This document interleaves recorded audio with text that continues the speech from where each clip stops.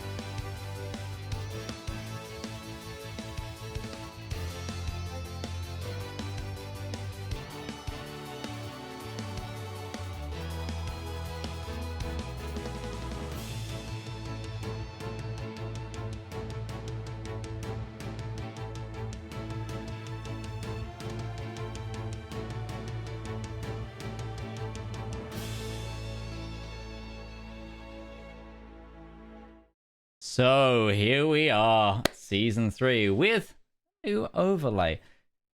Anyway, before we get on with the rest of tonight's show, I have a little bit of an intro to do, because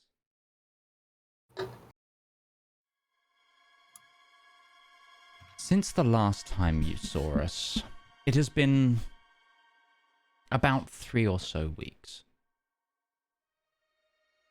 The party managed to get in contact with the Iron Duke, who used an arcanical device to transport himself, not fully physically, but at least partially, onto the skyship, and managed to recover the documentation that Zep had been tirelessly working on since recovering the spell cannon parts. With that taken care of, the party attempted to hunt for Gourd.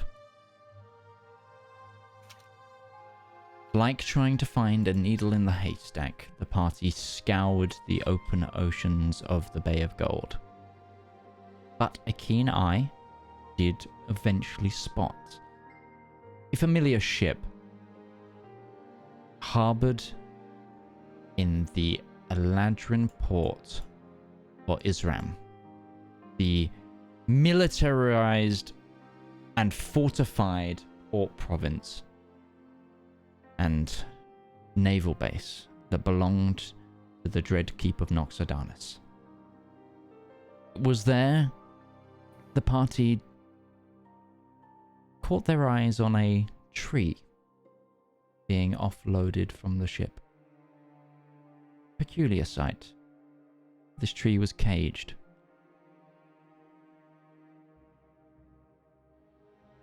It was this that twigged the mind of Valmir, remembered the Eladrin's special form of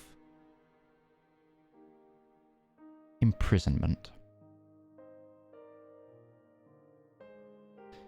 They would take the most treacherous of their citizens and make them eternally stand watch over the roads of the Empire, along aptly named Traitor's Road, where trees would just watch on as the world passed them by, and they would await forever, watching the seasons go by and leaving to trial. Sometimes these trees were sold to private collectors. Elandrin the Immortal himself has a private garden of these traitor trees. But where the Gourd tree now stands, there was little the party could do to get them without risking the lives of everyone and failing the wider mission. So, for now, they had to fly away. But all was not lost. Also at the port, they spotted members of Valmir's family. Slightly estranged family, yes, but they could be useful nonetheless. Besides, Valmir's mother is a woman of influence. She could perhaps buy said traitor tree for her own private collection. Not that her family had one, but someone with such a connection to Valmir's escapades would be a perfect way to start. We rejoin the party as the skyship flies towards Othray for one final time before they venture towards Solarum. So, for the first time in Season 3, I turn to the party. You are heading to Pitvili, the capital of Othray. When you arrive there, is there anything in particular you want to do, or would you just like the trader to go about their business? Also, who did we lose? We lost a webcam? Beth. Just like we lost Beth. Okay, it's just like again, my heart went because the webcams went funny, but I didn't want to break my flow. It was some good flow. Also, as a note, Midge, I'm not on this screen. If you look at Brett, where my portrait should be, it's the You're map. Zaraj. I You're know, on Zaraj, but I'm saying yeah. no. I'm saying, but the map is coming through where I should be coming through. Your camera is Even there. Even Hold with the on. normal setup. Hold on. It's Breton is a man of culture, so he's worldly. Yes, Oh, that crap. was a Wrong joke one. to make. Well Yes, thank you, saved. Ghibli. Well, Yeah, well I saved. gotcha.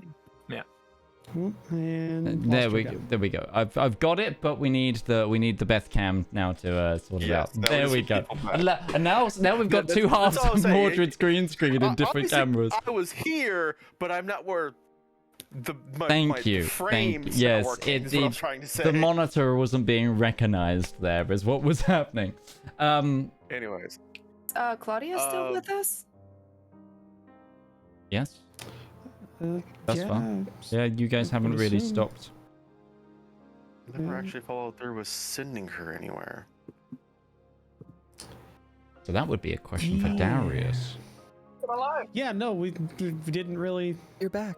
Yay. have any place to send her, so yeah, she's Just staying still with around, you guys. Still a responsibility.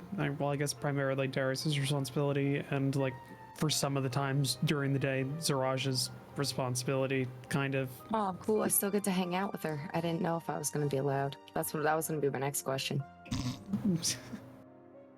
Nah, unless she tells me things you're getting up to and Darius doesn't approve, then no, probably not going to change that. Cool.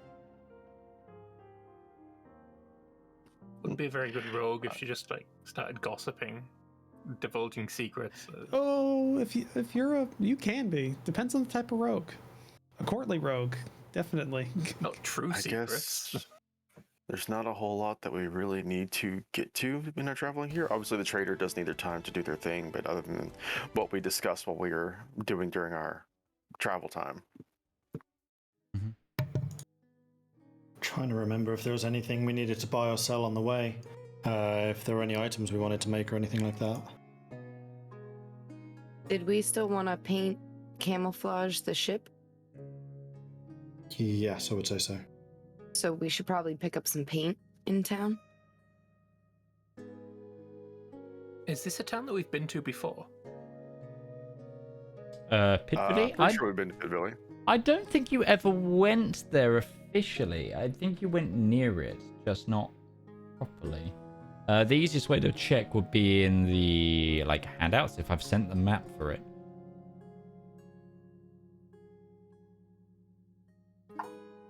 I don't know What'd that you you say have. about You've been you've been to the monastery near it, but I don't think you ever actually went there. Is it? This is where the Archbishop was, wasn't it? No, that's yeah, I don't know if we Belvelize. ever. But Oh, then no. no, But we Pitvili have is. the map for Pitvili. Oh, you do? Then you Yeah. might have been here once. Right here. I don't see it. This is one of the towns that had an airport. This might be where we originally arrived in Othray at. I think you went there once the first time you went to Othray. I think you're right there. Yeah. I think this is where we went first. It's one of Is the this, yeah. is It's this one the of place that had the gravy bathhouse? Yes, it is. Okay, yeah. So this Yep, is yeah, this is so we when we went were here. there. Yep. Yep. Nope. Let's just go right on over this place. No need to stop here. I desire a kebab. You're the one. No. Do we remember if there was any kind of magic item shop in this place? I don't think any of you. This We is generally the look for that largest kind of city thing in the most- kingdom, so they're definitely. Does it have a Zorps? It doesn't have a Zorps. Belvelize does. They haven't been able to get into Pitvili, I don't think. I will have to check my notes. I'm just I trying to would make just like sure that to- we've got the right image for James. But you can Well, try and I'm not find magic shop. what kind of magic shop are you looking for? Are you looking for like a little mum and pop place? Or are you looking for like attire? Like, yeah. yeah. You know what? Whenever you land, unless there's something anyone wants to do beforehand, like anyone.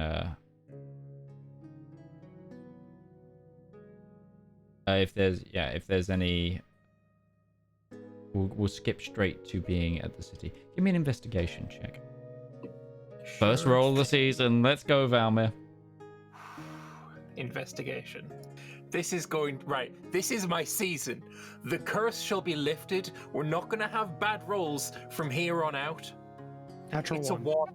It's a natural one. That is beautiful. This is You what walked you into get that. for trying to assert dominance, Valmir. Pack it up. Season 3's over. It's. I mean, look. If there was ever any need for proof, That's perfect. That's perfect.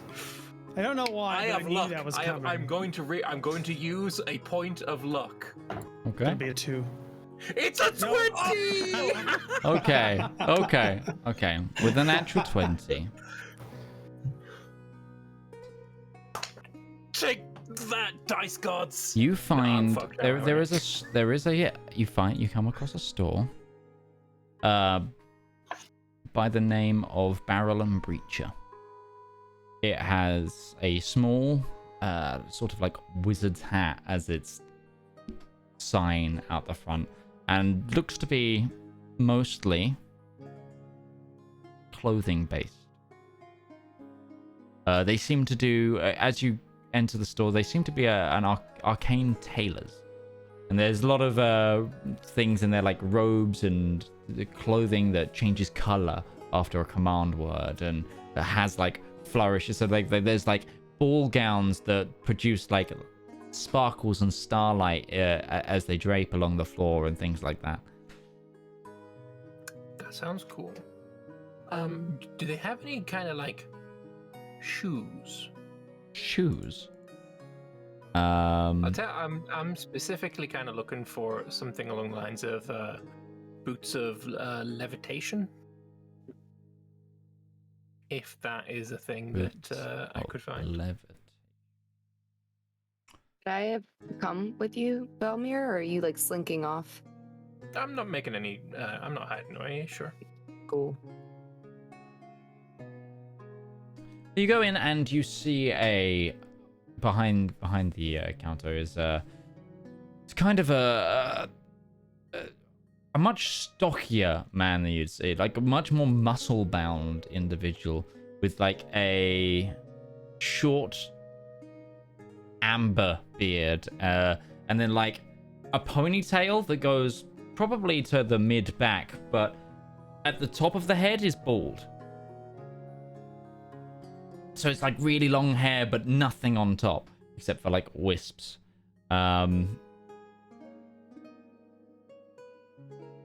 Okay. So you go in and you inquire about boots of levitation. It's, well, tactical gear is something that we don't tend to have. But well, we don't normally stock it to our general custom, but we might have something of the sort. Something of the sort sounds interesting. Intriguing, even. Barrel, do you have any more of those boots of... Would you say boots that levitate, yeah? Yeah, standing on air would be pretty handy. Right. Painter by trade, getting up to the top corners of the rooms would just be Oh, so yeah, helpful. yes, makes a lot of sense. He's looking for some boots of levitation. You hear for a moment like what sounds to be like someone falling off of a step ladder. In like a back room, and like the clattering of boxes, and then sort of running out. You see probably a halfling with the exact same hairstyle. This was like a full-grown, like really like above average height human, and now there's a halfling with the exact same hairstyle, except his ponytail splits in two at the bottom. He's got like a shoebox in hand. It's just like, well, we do have a pair, but they are... He holds them out. They're bright pink.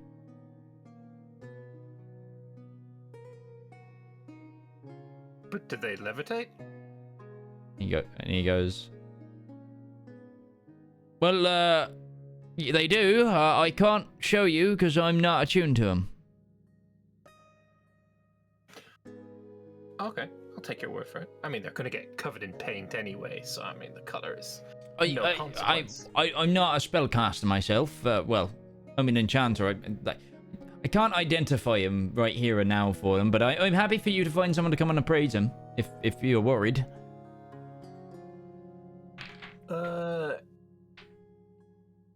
How long is the money back guarantee if I purchase them and find that they are not to spec?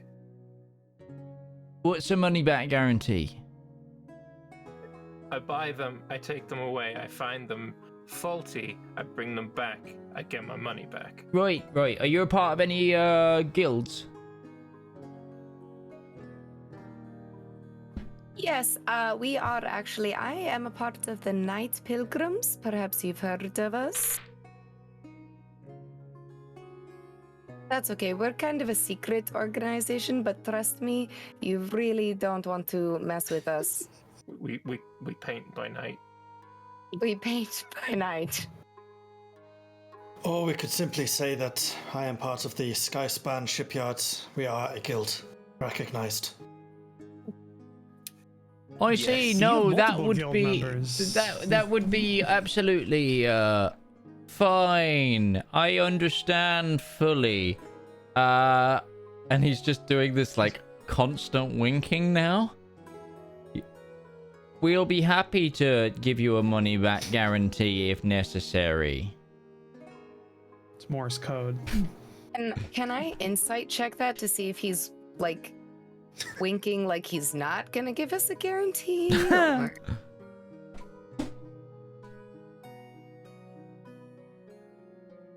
I got a 21. You noticed that when you mentioned the Night Pilgrims, he all but almost dropped the shoebox again. And he's now kind of just flustered and trying to be secretive. Cool. Also, the taller one is like kind of head in hand right now, and has just kind of gone back to doing sums in a book. What price do the shoot boots run at anyway? Well, normally they're a fair penny, but considering who you are, I'll do it for 600 gold. Besides, they're bright pink. Oh. Sold. Absolutely. So yes, you can add some boots of levitation to your inventory. They require attunement. And yeah. I have one more thing, perhaps not in tactical gear, but I see you have lovely fabric that changes colors. Do you have anything that is like a chameleon, like a fabric that will change to the colors of what it is nearby, so that if I were to wear it, I could just blend into the wall like a Gautier music video? It's a puppet show. It's very popular a couple years ago. I might have used to know it. We're painting. Yeah, I'm actually I am a big fan of that Satyr Bard. OTA.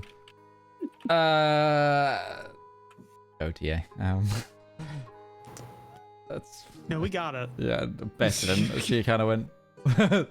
Or at least she did look like it. That or she was disgusting at me. I have no idea. I have no idea what the. You know what? I'm just here. I am present. Good. I'm glad. So we have something that. Well, we have one that adapts to colors. It doesn't quite make you invisible, if that's what you're asking. I don't want invisible. I'm thinking more just chameleon from a very big distance, but I need a lot of it, like bolts and bolts of this cloth. You know, I've got enough to just about make one dress. Oh, I was thinking more to cover the bottom of a very large flying ship vessel. Right. Well, no. No. Oh, he's an honest businessman, at least. We haven't really been able to get any of this cloth in for a long time, considering everything going on. Where do you get it from? Oh, we get it through third-party sellers from the Elandrin Empire.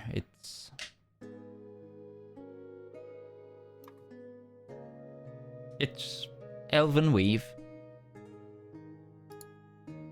Like your cloak.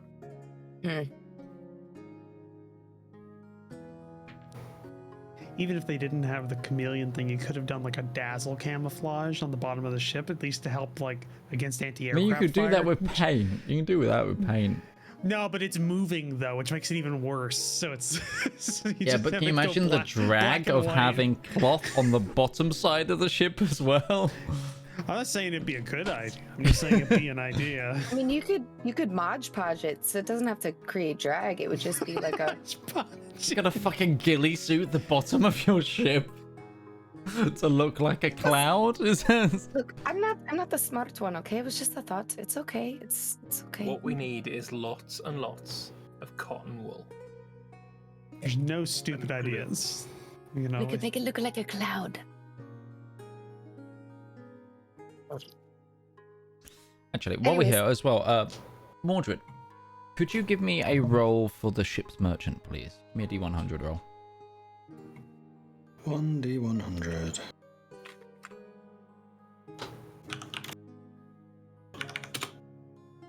That's not how that works. Get that. That would be a 59. Hey!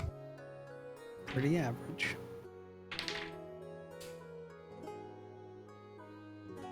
She comes to you with a query, in fact. Zip, I have a two choices of inventory to pick up here to sell it across in Kozak.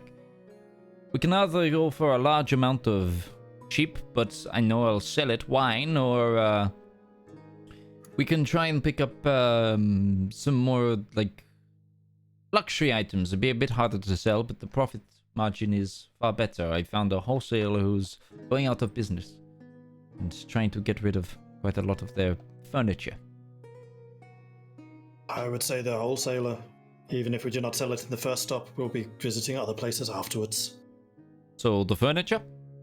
Yeah, I would say so. Okay. Very good. And for Zep, he's looking for more of the enchanting material. Does this place have any? How much are you looking for? Because a lot of the local enchanting material was bought up by the king and already given to you. That's true. Yeah, okay, never mind. In that case, I would like to simply buy maybe another 1,000 gold pieces of crafting materials just to leave on the ship. Yep, you can do that for sure. Are you getting anything from the tailor? Anyone else? Yes. Is there maybe some sort of cloak or like dress that can look like fire, like flames? Oh, yes, we have. Well, we actually have something like that. And it fits her and is Soul with us? No. Soul's not okay. with you. I'm going to Who? give my just random pointing. No, This I'm old gonna lady give her, go like, past. her measurements, like explain how tall she is and estimate waist and bust size, like for tailor measurements. She's a size small, medium. She's tall. Soul's very big, like tall. Well, tall. Yeah. Yeah, well, She's. This is for everybody who hasn't actually asked her measurements yet. Soul's about 6 foot tall, not especially large chested, but that booty though. That. I say that. I say, well, she's not particularly large chested, sir, but that booty though. Just think dummy thick.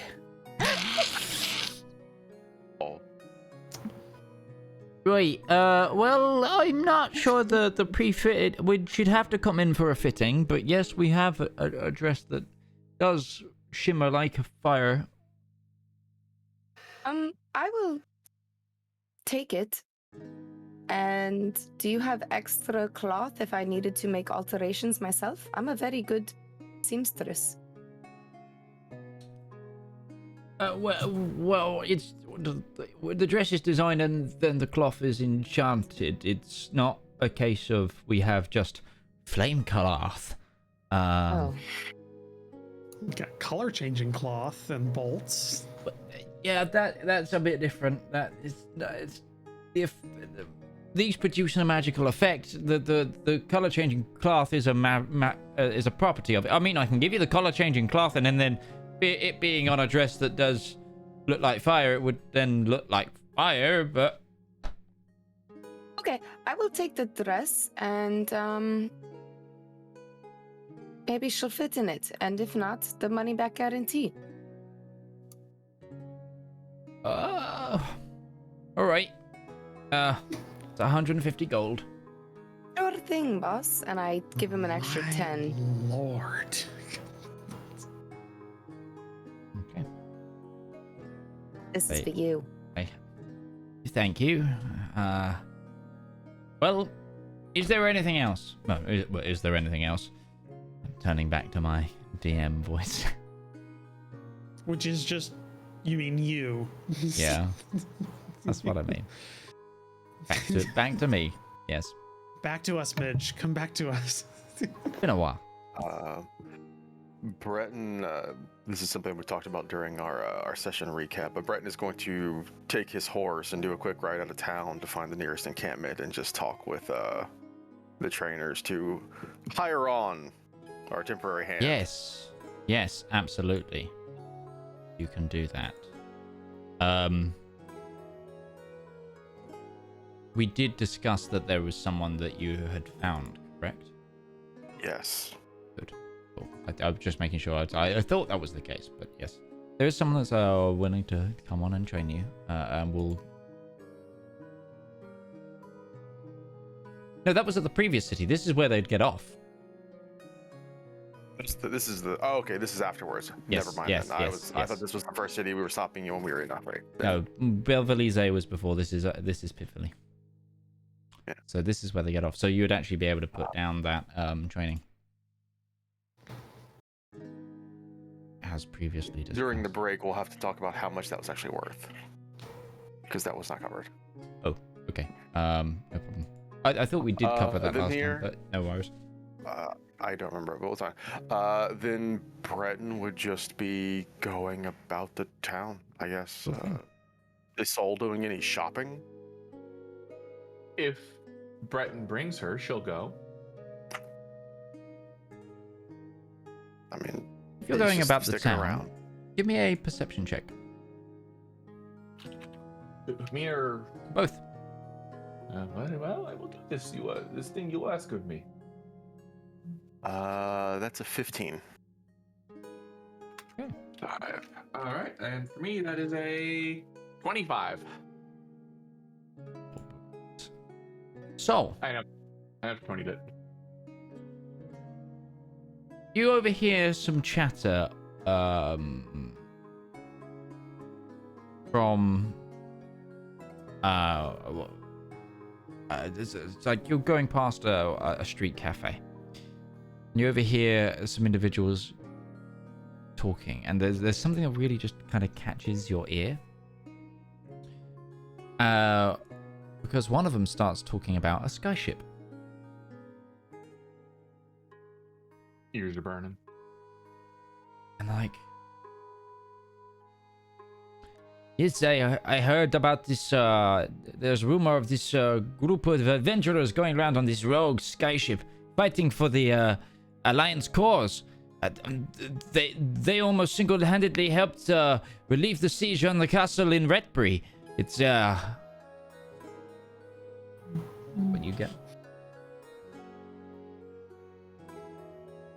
She'll kind of pause, listen. Accurate.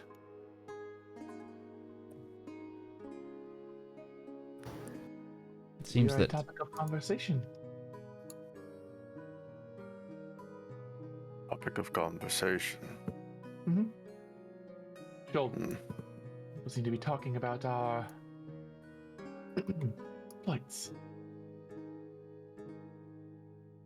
If people are talking about their exploits, and that means we're getting reputation. Mhm. If we are getting reputation, that means it's going to be harder to act inconspicuously. Yeah.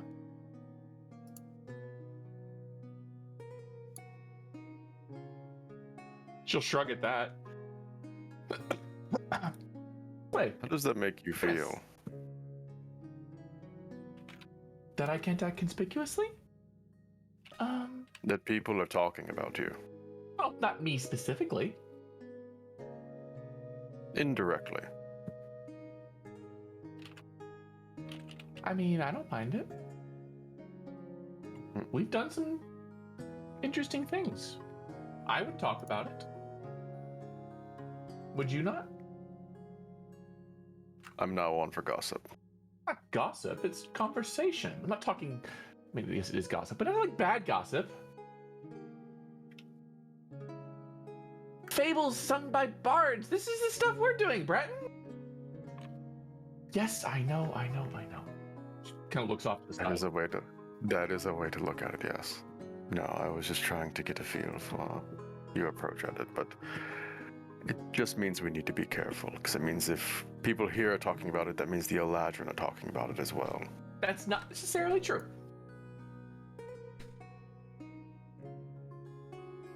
Breton just stares at her like, do you really believe that?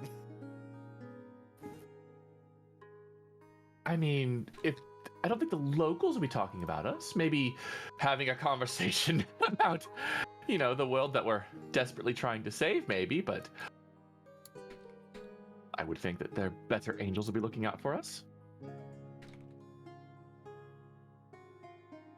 Yeah, well,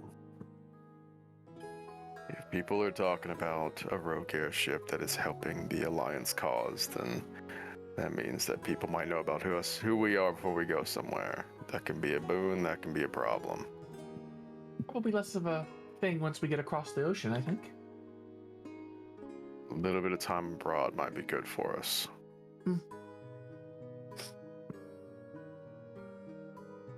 I feel like I need to go to a shop and do something. I mean, if there's something you need to spend money on. There isn't, but I just feel like I need to be there. I don't know why. Either way. If there's anything else you folks want to do in town, let me know now. If not, we'll move back to the ship and begin the journey across the water. Yeah, there's one other thing for me. Absolutely. I'm looking for some kind of stronger metal with which to upgrade my blunderbuss. Oh. So But you I cannot find our document on firearms, so I am not able to tell you what I'm trying to do. Sure. There is another. Do you have it to hand, Gourd? Jane? Sorry, not Gourd. James. Yep. Could you quickly pass Zep the gunslinger guide? Mm-hmm. Absolutely. I actually have it open because I was looking at something. So Yeah, so I'll look through that, and I'm basically just going to say I'm going to spend up to 1,000 gold pieces on weapon upgrades. Okay. We So can work out what that means later. yeah, sure thing.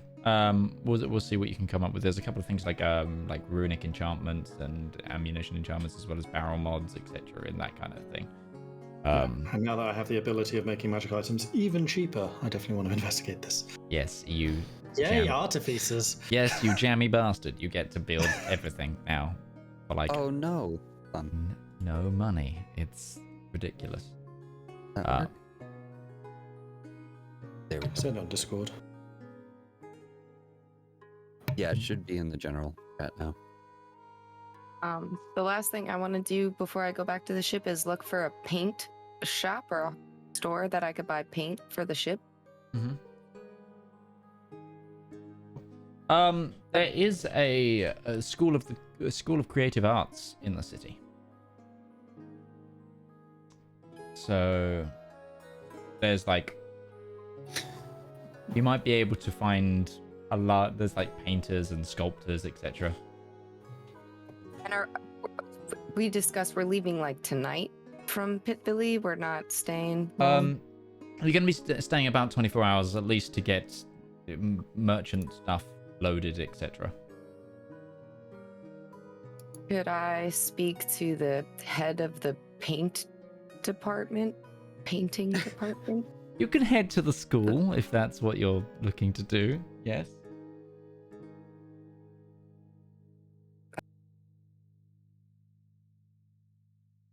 And I just crashed my Discord. Yay! I am back. Hello.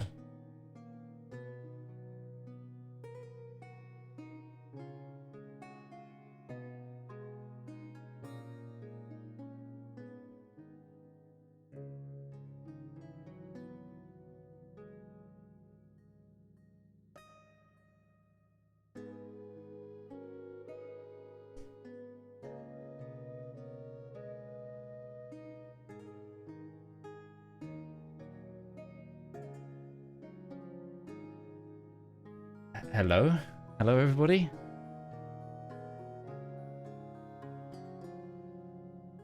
Can thou hearest me?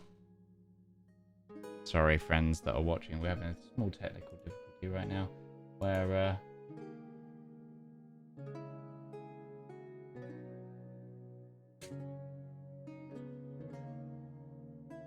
hold on.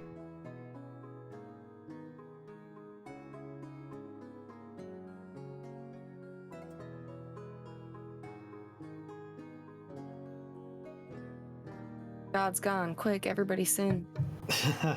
Just as I come back. No! No. Some rogue. And hide from There we go. the almighty Discord eye. just full crashed on me, so I think Discord's having some That issues is the tonight. third person Yeah. today That's with why- Discord issues. I think. Yeah. I think there are some Discord issues having on. But we're back now. So, if you could repeat whatever the last thing was. That I missed. Yeah, I just want to ask if any students that I see passing by who I could speak to that would be in charge of all the painters' students. Like the art department. Mhm. The dean of fine arts, maybe.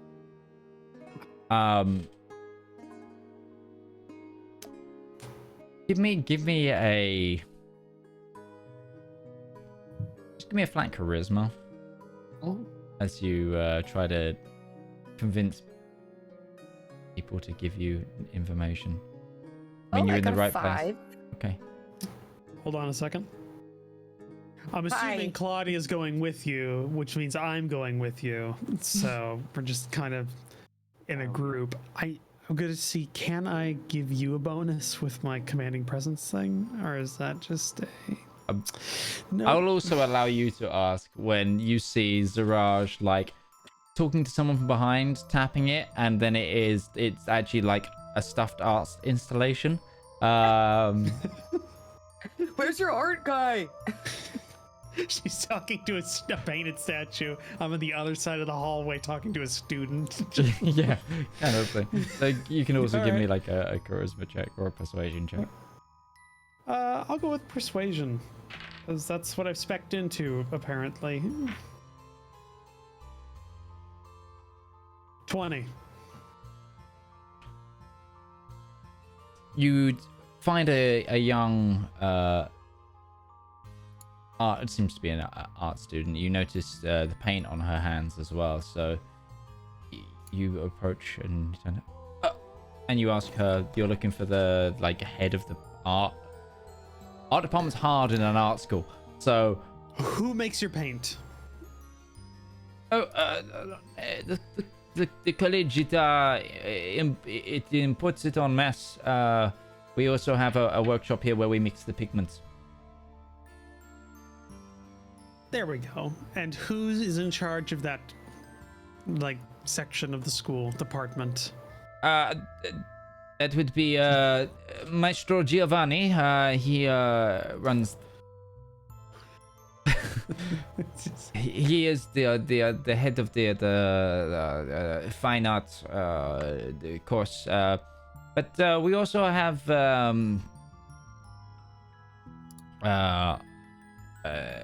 I think he just goes by the name of Jacques. He's the technician. Yeah, he's the one that actually mixes a lot of pigments for us and etc. The one who actually does the job and really knows it. Okay. Can you point us in that direction? Or is it labeled? I'm heading there now. I have to go work on my latest piece, so you can follow me. Right. While we're walking, I'm gonna be like, I don't know what was up with that guy, but he was very rude. Wouldn't talk to me. I like the idea. Doris walks a couple of steps and goes, "Oh," it gets Zedaar's attention to continue on. But yeah. So, I was thinking, Darius, what if we actually paid the art students to paint? If all of them did it at once, perhaps them? overnight. it's a learning experience. They get credit. They can get paid in exposure. they get class credit for it. That's what it is. First, can you pay someone an exposure if the work that they're doing is to hide something? Well, they'll have a little signature that they can put on, like, kind of like the rudder or something. This ship was hidden by the art school. Yeah, do that. That sounds good to me. They get to put their class year on the ship. Yeah, it'll be a project. It'll be a project. Yeah. And they'll have So like anyway, you you enter on the side, like draw them doing. So you've been going through like marbled halls of this archive. Also, the building is very like it's almost Atrian-esque. It has like a pantheon, not a pantheon, a Parthenon, as its like front fascia, and then goes into like a brick building behind with a series of sub buildings. You take you go down the main corridor, and then you enter down this wing that seems to be a lot of painters. It's like and it's multiple classrooms until right at the end you open into like a large paint workshop. There's canvas everywhere. There's students, like some doing live drawings, some doing work. They've all got like their little station and their own table where they've got their paints and their current project. And who are you looking for? The maestro, or are you looking for Jacques? I think the maestro is good. Point them both out. Okay. I cannot see the maestro here, but Jacques is there, and you see like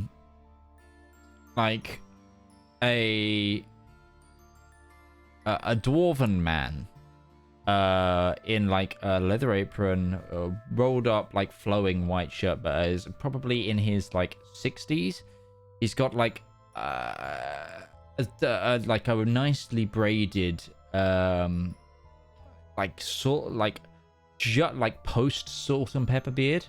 So it's like where it's just there's now more gray than there is dark brown, and it's like got like multiple colored ribbons like as it goes down in like different shades of blue and red, and then he's got like a top knot,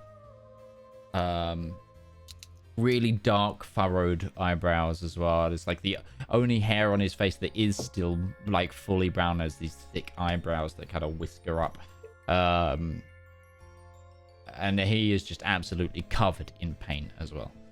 He seems to be like looking over some sort of receipt or notebook, sat on the foot of this grand statue that's half broken and also draped with like paint covers and stuff.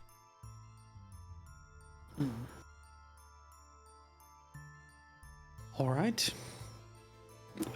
Do you want to take the lead? No, I'm.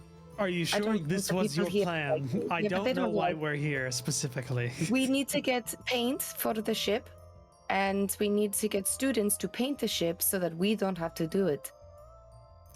And we're painting clouds, or we're going to paint just a disruptive, base light gray to look like a cloud all the time, camouflage-ish in the sky. Can I just ask a second? What kind of buildings are there in this city? Are they wooden buildings, or have they been, have they got render on it and, painted? It's a hodgepodge. It's a massive mix. So some are like ground floor stone, second floor wood, top floor thatch. Some are fully stone, some are wooden. Depends on like the level of class and how long they've been there, basically. I was wondering if there's like any kind of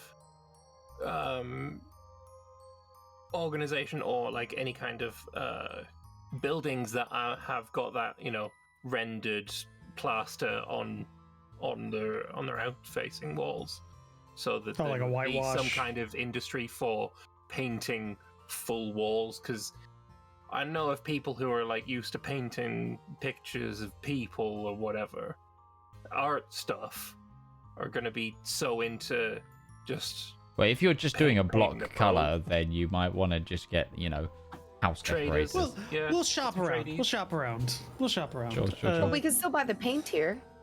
Yeah, we still need the paint. Yeah. I don't think we want to add several thousand pounds of plaster to the bottom of the ship. No, but, right. But the plaster goes on, and then the paint. So I always, skip the plaster part.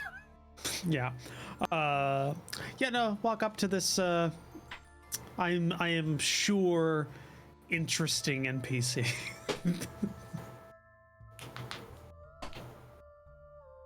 Hello. Just try and get him his attention. Are you here as one of the live drawing models? You look overdressed to be a student. Wait, is there live drawing going on in the same room we're in right now? Yes. Oh, Darcis is he's covering. Oh, it's not nude. It's not nude. Okay, good. It's like it's someone But like the way he just said. no, it's saying you look overdressed to be art students. Armor. Yeah, your clothes are expensive. That is You're both in armor. Well, actually, all three of you are in like armor and weapons. I am dressed in mithril. Yeah. I don't have my weapon on me. Oh, you here as well? I mean, Yeah, he came shopping with us at the. Oh, okay. So yeah. Okay. Well, the armor bit still stands. The B team is here, I guess, or whatever. Team Chaos, whatever. We'll work. Any team with Ziraj on it is Team Team Chaos. Team let's be Trouble. Perfectly honest. Trying you're to buy missing nice the cat things for for the Team Chaos. party. That's true. No, we're here. We're inquiring about paint. In Right, bulk. yes. Well, you came to the right in bulk. That will depend on that your. demeanor shifted quickly. Yeah, well, we do sell off some of our stocks sometimes, especially to hobbyists or people that make the donation to the university. But it is We need most likely several hundred gallons. And we're not hobbyists, we're heroes. I assure you, we're professionals at what we do. what color? Light gray. Zep Hey, gave like a me a hex neutral code. gray. How about this? What are you trying to do? Disguise a boat from below. We're trying. A ship in the sky, not a boat. That's a very different. It used to be a boat. I mean, the We also functional need difference labor here. to paint some realism. Apply. Do a realism piece. What is The this bottom of our realism? Oh, that's too early. We're looking for a postmodern Like an 1870s. impression. No fantasy here. We just don't want any fantasy. It's all... I just we're in the 1400s, so the paint style is Renaissance. well, that's I mean, Natural lighting, lots of nature, skyscapes. Flat block color. we're trying. Well, you need that's going to be way too. It's going to be that'll stick mean, out. So you need to break up the outline. You need Well, to break well, up the outline. First question: Make it not black. do you have hundreds of gallons of paint? Yeah, that's number one. That should have been our first I question. have several gallons of paint. However, we use only the finest materials here normally. For that kind of Okay. thing, you will want to buy in bulk from like a commercial warehouse.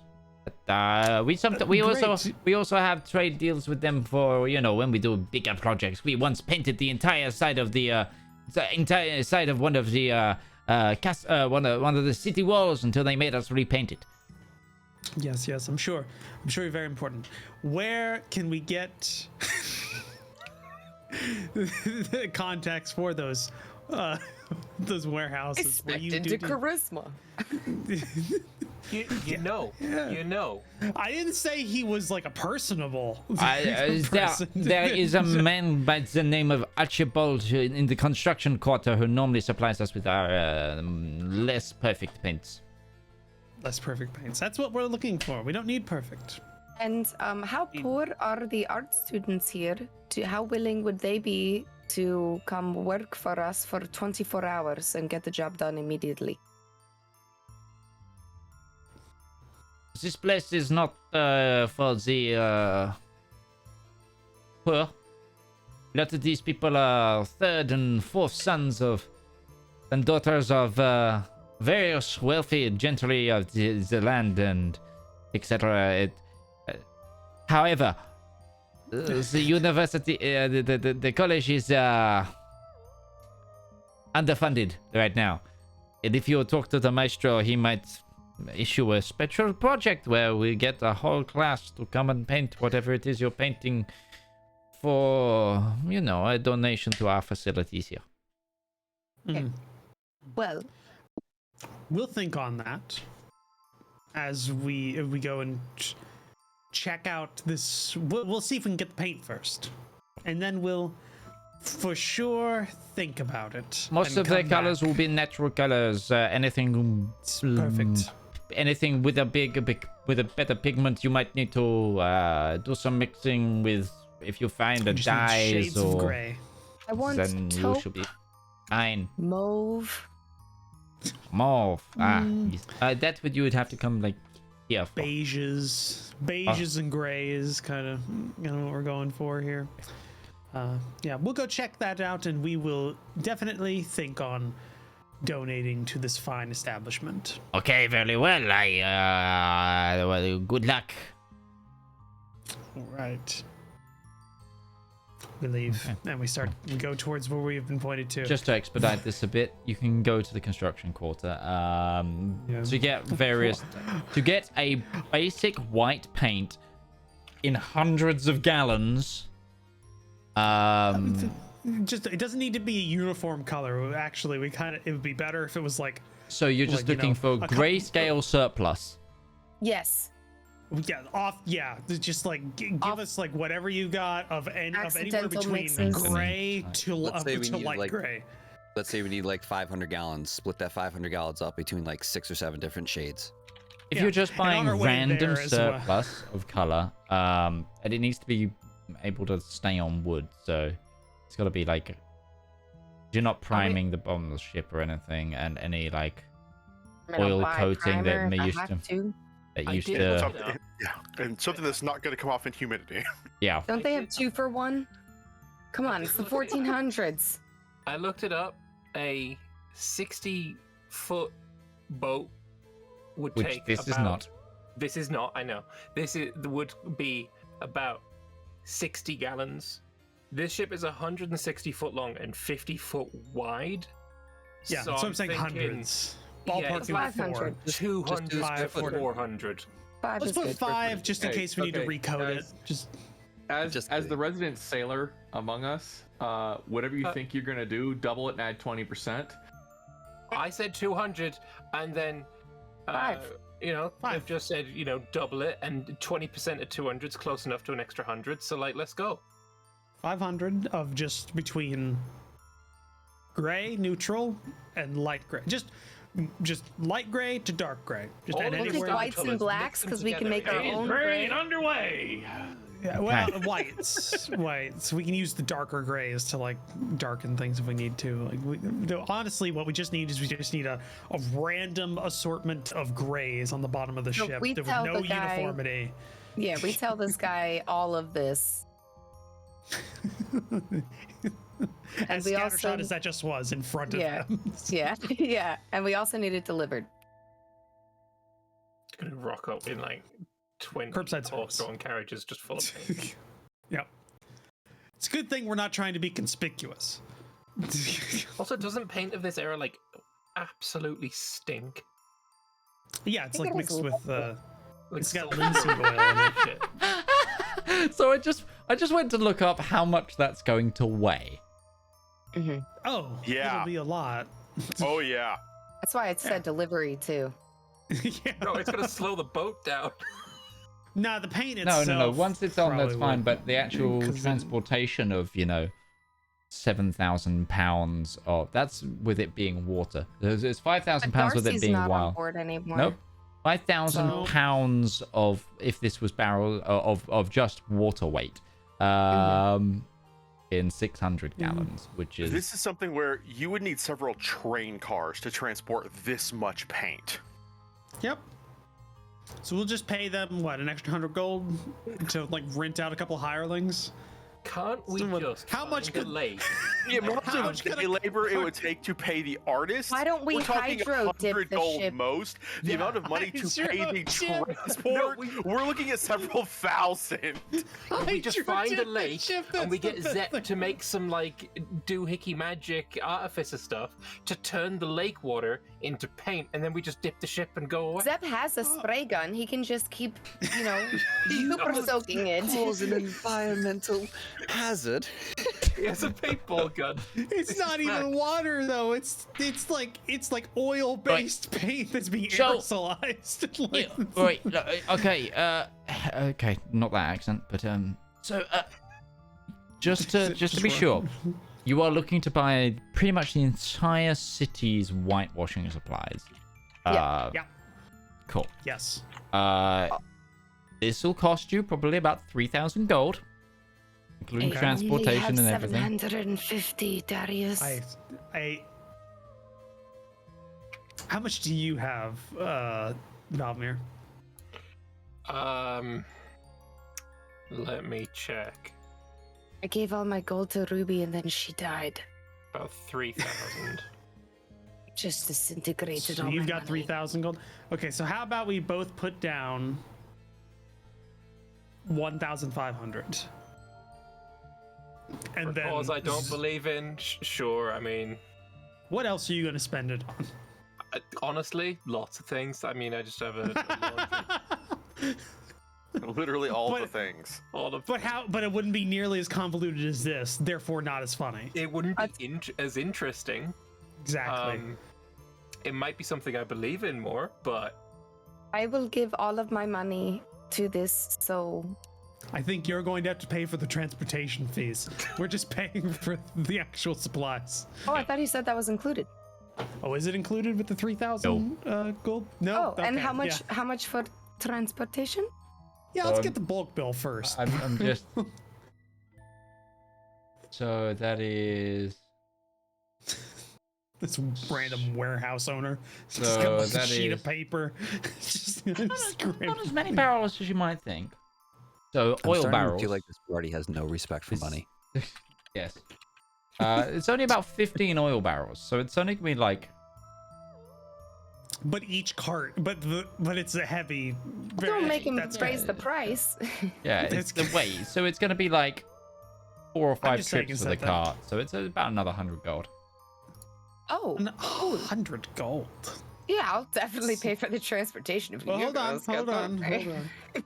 Can I barter? Can I try and get it down like 10% from where it like 10% lower? Sure, I try and save us a little bit of money for this. Barter me then. Give me your barter. Well, I mean, I'm just saying, if you're just going to be using one cart, going back and forth about 5 trips, that's what? How many hours of? You're talking Loading, maybe unloading. 3-4 hours back and forth total. We've got to get the crane out, but yeah. Yeah. All right. So 3-4 hours. How about we do 75 for the transport fee, because you're only using a small number of people to do that. You did say you're having a crane, which does decrease your manpower usage quite a bit. And you only need 2 people and the cart for the transport. One person to drive the horses, the other one to make sure that the cargo doesn't shift. Right. Okay, so you want to... We're Give me a roll. We're doing something. We're cutting it down just a little bit. Okay, what roll? Persuasion? Persuasion. Are we talking? Okay, cool. Midge, over the table, will this have any mechanical impact upon the ship whatsoever? I'm just going along with Siraj's plan. I'm just. It No, might. like, will this actually do anything? It might add to the ship's stats stealth. Yes. If that Okay. if the job is good No, enough. I'm just curious if this has been a exercise in frustration because it's No, cosmetic. this is essentially an upgrade to the ship because the idea No, is to Zep told style me, it to yeah. make it so it's hard to see. 3,500 gold. I better hope it does something for the ship. Yeah. Yep. 12. Okay. No. All right. Fine. I give- will gladly give it a pay go. for it. All right. I'll take down. I'll give 1,500 of my gold. Valmir will give 1,500 of his gold on top of this. I guess. And I'll give you each 300, so you guys are only spending 1,200 each. Well, that's more difficult maths. Jesus Christ. Just No, you just minus 1,200 off of your total. This paint has cost more than the magical fire spray sprinkler system that we have. Cool. And you haven't even paid for the labor yet. no, I just paid for it, the 100 gold. No, of That's painting transporting it. the That's- ship. of painting the That's ship. Raj's job. No, Raj yeah, said we're- you would paint it. Yeah, if I'm not getting the students to do it, we don't have time for like a team of 2 people to paint this. We'll do it. I'll just do little batches every time we stop in. Also, as a former sailor who had to paint a ship before, you guys got paid? Yeah, right. We have crew on the ship too, right? I mean, they're both Oh, orders, yeah. not suggestions. Yeah, we have well-trained crew because it's not that's like Darius's whole Trained day in when You're we're telling me this whole shit? We have to have some bosun's mates. Come on. There are some bosun's Deck steaming. Come on. There Get them are. out, You Peyton. do have staff on the ship. It just Well, we can get a good chunk of this out before we leave today if we use I most of could- the crew. I could probably paint it while we're flying if you just, tie a rope to me and I'll just Are you dangle. sure about that? No, that sounds terrifying, but I'll be able to get stuff done. Like I'll just hold the brush and I'll just I was gonna say before Siraj even Try finished that sentence, quickly. Darius just Please. looking at her just like, really? Please attempt. You- Borrow these. You do You have realize that you're using liquid while flying. It's gonna spray everywhere. You're better off just throwing the buckets off the front of the boat and hoping for the best. it's a good idea. We can just That is a throw the horrible paint idea. and then That fly is a through horrible it. idea. That is a It's like a horrible car idea. wash. No. Anyways, no. it's fine. Well, I'll What did I get myself into? okay. I don't know. You? So they begin transporting all this paint to the ship. we go back to the ship gather- with them. I gather as many crew as I can and get brushes, mops that are like ratty old mops, whatever we need to apply. Before we start, though, we run it by Zep. I think it's important. I would like Zep to come look at the paint and let us know, like, are there any air ducts we should not paint over, or I don't know, things maybe we Think don't Death cover? Star. Is there? There is an observation deck at the bottom of the ship. We Don't paint over the glass. The observation deck and also probably the exhaust from the engines, otherwise the paint will just burn. Okay. So, oh wow, we didn't even think about the structure of this ship. So it's just going to be a cloud in the sky, leaving an exhaust trail. It's a cloud leaving more What? clouds. Yeah. But what are we Darker, burning? blacker clouds. Coal. look, Coal. darker- You're fucking coal burning. The clouds. diesel engine of the sky. Oh, It's just gonna be black smoke coming out. Yes. Well, it'll help us somehow, or it The real- better. The real Okay. BBEG was climate change.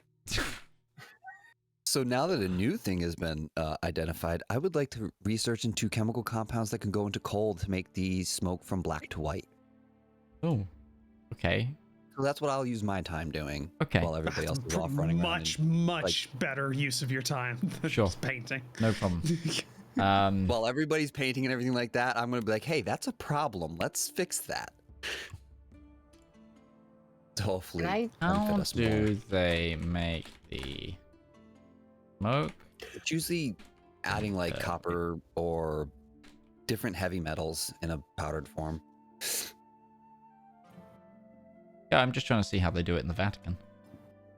They just used a different thing to burn. Yeah. Yeah, they don't use the same. Yeah, they're not burning the same thing. Are you looking up the dead Pope smoke and how they make Yeah. it white? Yeah. So they apparently by using wet straw for white or tarry pitch for black. There you go. Yeah, But if you're trying to change, like, Dead pipe smoke. yeah, if you, wow, that I'm not is sure we can use wet straw to power the airship. I'm just gonna say that. not yet, at least. Zap's working on it. Okay. Give me an alchemy check as you try and do this. Zep, you are greeted by the rest of the party. I'm pretty sure you ducked off actually to go get your crafting materials, but you regroup and they have ordered 600 gallons of various color wall paint, essentially. So that's just going to be intelligence plus proficiency. Yes.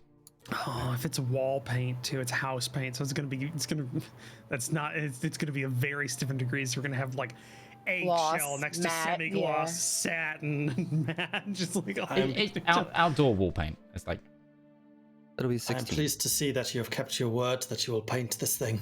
Good luck with this. It's not just us. The crew's gonna help, and we need your paint gun as well for at least like, I guess a portion. We're gonna see how that works. We're really gonna just throw things at the wall and see what sticks. okay.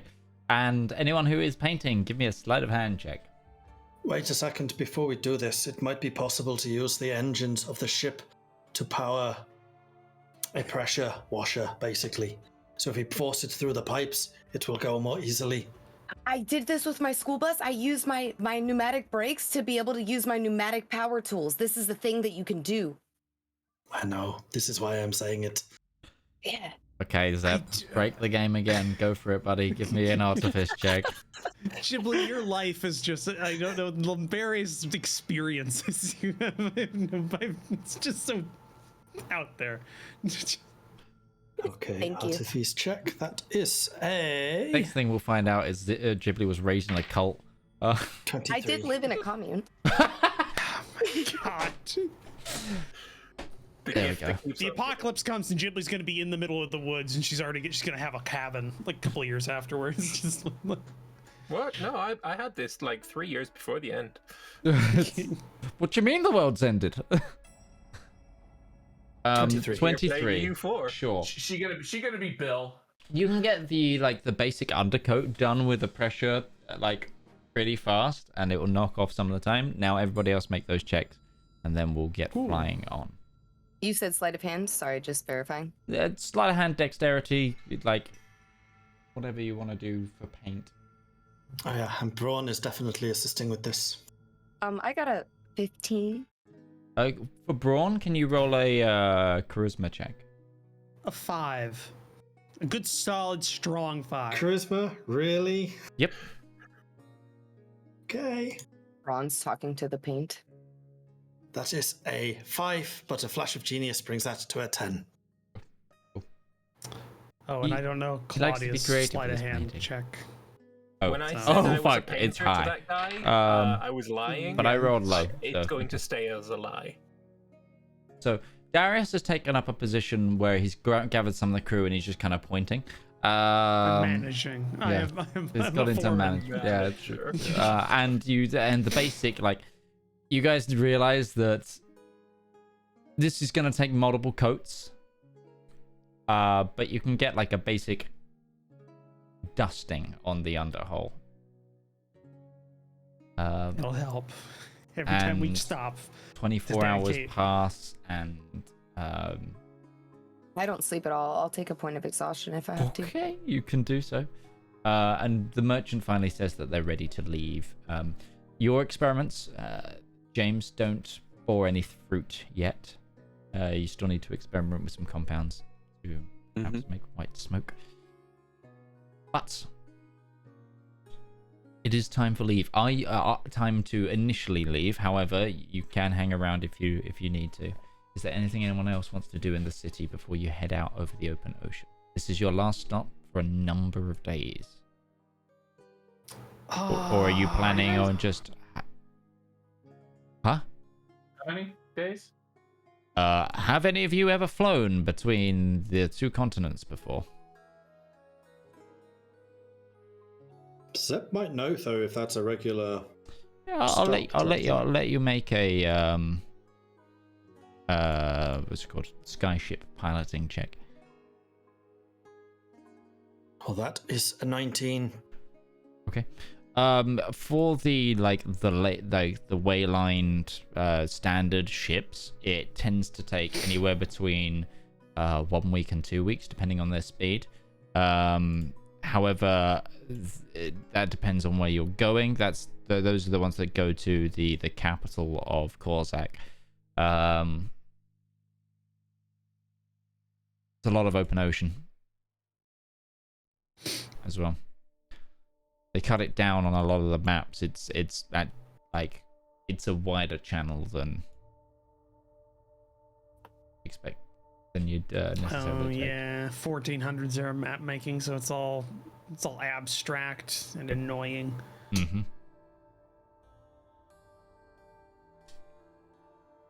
You also have to fly over that dragon there that's painted on the map.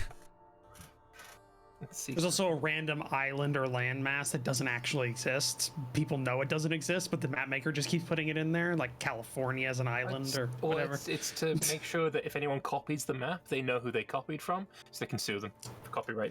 That came a lot later. There were actually like 50 or 75 years where California was just an island. I just went to the Maritime Museum and saw that map. Yeah, it's an interesting time period. I don't need to do anything, so I'm good. The only thing I could do is get like arrows for my bow because I'm down to like my last 5. But I'm sure Zep could just like. I think the Zep sneezes and gives you some arrows. Yeah, I was gonna say Zep can just go to the replicator, just get those out. Sol is going to buy, if possible, about 600 gold's worth of diamonds. 600 gold's worth of diamonds. Give me a quick investigation check. It shouldn't be too much of an issue in the capital here. But let's just double check. 6 plus 4, I think. Yeah, you can get 600 gold's worth just about, but there's a markup of about 20 gold. 620. Okay. Question. Yes. Sorry. Go ahead. Oh, No, I'll let Sol finish. Adventure. Yeah, just looking to get with Ruin the economy. Zep to craft another set of boots of haste. She would help with that. Provide the spell if he could provide the material. So what I was thinking is, I now have 2,000 crafting materials of crafting material. I want to upgrade my general workshops to allow for enchanting, and once that's done, then I think we can do more actual enchanting. Mm-hmm. Yeah, she wants to help make some magic items for the guild, for the group, and for selling. I don't know what it would cost to upgrade to enchanting standard, but remember, I've already upgraded the workshop once. Gosh, I need to find my Skyship notes.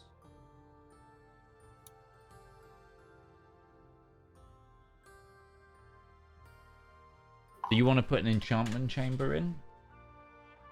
Yeah, just generally upgrading the workshop so it can do enchantment. So if that requires a chamber, then sure. Yeah, you'd require essentially another room for enchanting stuff at this point, because your workshop's pretty tapped out in space. Yeah. So it might mean knocking some rooms down, moving some rooms around in the ship. Fine. You can do that. It's gonna cost you. How much enchantment material do you have at the moment? 5,800. Okay, it's gonna cost you about like 500 gold and 3,000 of that enchantment materials, and okay, 2,000 enchantment material, 1,000 crafting material, kind of thing. Sure. Plus the requisite gold just to get that chamber built, and then time put in, which you can do in the air because it's internal. Yeah. Can you take the 2,000 off of the party sheet then, if the rest of the party is okay with us getting an enchanting room? Yep. Sure. Then I will pay the 1,000 crafting materials and the, what was it, 500 gold? Yes. Cool. I will say, just for my clarification, because I don't remember, Zedaar was the party banker. Yes. Who took over that role? Because obviously Zedaar's not here to do that anymore. I didn't even know we had a party fund. Not Probably me. for the I'm juggling better. too many things. Yeah, We've been a little busy since Zedaar's departure to really establish that yet, I think. Yeah. So there's just a what amounts for like a safe somewhere on the ship that Zedaar left all the money in. Is just had the code like tucked into the bottom of the door for people to get to it. So first of all, we need to find it because I don't remember Zedaar telling us where it was. Well, Zedaar didn't take it with him. Darius, I think you're muted. Yeah, I was. If it's a bronze, that could be Braun's job. He's basically a calculator. Yes, give the gambling addict more money. Yeah, that's true. That's true. We can I stop feel it like if they the want. The person that is most capable of handling that much money is probably Darius. I don't think. Why? Why do you say let's that? Let's go through the options. Breton is brand new to us. Soul, basically brand new. I'm too immature. Zaraj is far too immature. Zep's too busy, and James is brand new. It really doesn't have to be this complicated, guys. Like, yeah, it doesn't. You're the only choice. What, am I not here at all? I said you're kind of too new. Like, you're an old well soul, volunteered, Darius. but I'll throw things to you, Darius. coins for you to put in the party fund. Okay, yeah, sure. I guess I hate. listen, of everyone here who is being assigned this role, Darius is probably the best logistician. Like, this is something he has experience with. Yeah, Darius does. You are now the group. Darius does. Roach is very bad with math. So. Roll intelligence, Roach. But we'll work through it. We'll see what's happening. This is less of who is actually doing the party math, because obviously Midge has to do everything. It's more of just who is physically responsible for maintaining the gear that is in character. Yeah, so I guess that's what Darius does. Like the first 2 days in the year is just like it's got a log. You book that's, inventory. like, yeah, that's basically what he's doing. He's like looking at Zedaar's like logbook of everything. It's like all in shorthanded and draconic scratch, and it's just like he's got to translate that over to common that he can read it Talk better. to me. I'm doing taxes. Yeah, essentially. Having just done that for the last week, yeah. Yeah. Yeah. So. I think all self-employed people here can attest to that. Yeah. I'm doing it for myself and a business now. It's great. I know. Yeah. I So, feel you. yeah, it's not something us Euros normally have to do. That's it's a very American thing. Anyway, yes. So, without further ado, the somewhat whitewashed ship takes off. And you begin your travel over the open ocean. Now, we're going to do this in sort of week format. It's probably the easiest way to do it. So I'm going to need someone to roll me a D10 to see what happens. Who hasn't rolled anything this session, really? 7. Okay, Darius has done. You 7. snooze, you lose. I was muted. I rolled it. I was gonna spread the roll and love around for the clickety clackety math rocks, but that's fine. You can jump to it, Darius. We've got several weeks, so there's another one after this. Yeah, take the first one because it's either going to be really bad or okay because there's no. Okay, There's no in Darius. between with Darius. I need you to now roll me 3 D20. Just as long as Valma is not rolling it, it's fine. Hey, I'm the only one this season to get a 20. Just gonna point that out. You also got So a 20, a 19, It's and a actually 13. not true. I did too. I've gotten one. So, you did so a natural 20, a 19, and a 13. 52. Yep. I don't know if that's good. It's above average. Yeah, but I don't know if that's dragons. Like, I don't know if that's I don't know if that's like damage done to the ship by a lightning bolt or something. 3 days into the transit. The general life in the air becoming a kind of routine for you all now. It's something you're at this point mostly familiar with. You all have your habits and your routines to it. When the sun rises on the third day, the light hits off the cloud cover to your what would be due north in a vibrant series of colors. There's like reds and pinks and oranges that break through, and you see, and everyone hears, no matter where you are on the ship, a rapturous thunder, like a crack of thunder, as that cloud splits slightly. And Darius, as you rolled this, I'm going to say you were on deck as you noticed the sound drawing your attention instantaneously.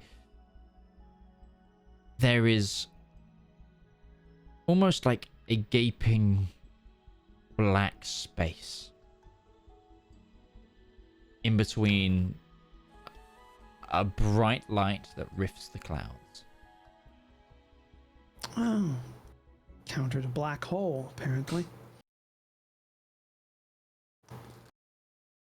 Well, It's necessary. What are we going in for ideas or something?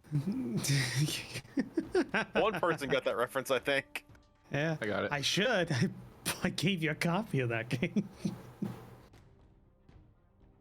So all of you heard the large thunderous crack, and like if you're near a window or a porthole or a viewing port or anything, the sky is like a rapturous red.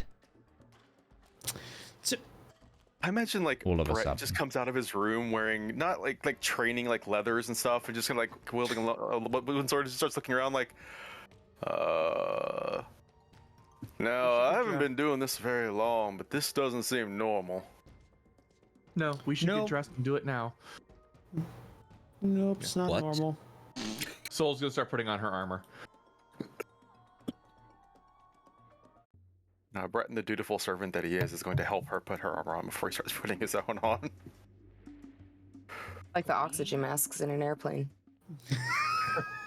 You have to attach yours before you attach it to someone else's. Well, no, you help kids first. No, No, you're supposed to do your no. own first and then do Yeah. the kids No, next. is that Yeah. thing? Because Yeah. if you It has pass been- out while trying to put theirs on, then you're both going to not have it on. Yeah. It has been 22 years since I've flown, so And the seatbelts aren't really for your safety, it's so that they can identify your remains in a wreckage. I think that's an urban myth. You put it this way: if a plane crashes and you're in a seatbelt, the seatbelt ain't gonna save you. Right. But they know who booked seat 25G. Yes. Anyways, that's dark. Sorry. So is that cloud. Relevance. I'm asking for relevance. Yeah. Yeah, Midge, does it look like dangerous? What's going on? Like, what's the vibe? What's Could we get a vibe check on this cloud? Yeah, what's the vibe of the sky? The insight if- cloud. if Darius, it looks almost like hell is like there is just endless darkness ripped between a cloud in like a sickening red glow.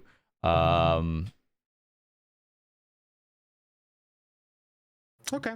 Yeah, Darius like walks over to like the communication pipe to the captain or the engine room or basically whoever's on the channel and just yells down just like, yeah, we may want to go faster. It looks like hell's after us. After us or before us? Yeah, where is this thing in relation to us? So due north, which would be off of your right-hand Right-hand side. side. Yes. So be starboard. Is it Stop it. pulling us in like gravitational pull? Not yet. It's not. Cordell's tractor beam. Yeah, let's increase it. Let's go to full-time wartime emergency power. Let's just go. So with the big crack, Zap went to the engine room thinking one of the engines had exploded. So he's already there, so he can put power to the engines. Okay, full power to the engines, and you begin chugging along at a higher speed than you were. Is it keeping pace with us, or? This is like, it's not moving.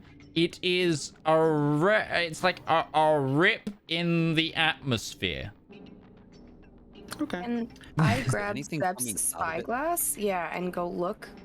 Okay, so where was the spyglass affixed? Observation deck on the bridge. Then you can go down to the observation deck and view it. It's like mounted because it's a massive weighty thing. You put the quarter in it so it turns on the viewer. Okay. Europeans probably don't Give have me that. a perception check at advantage. Oh. Zaraj.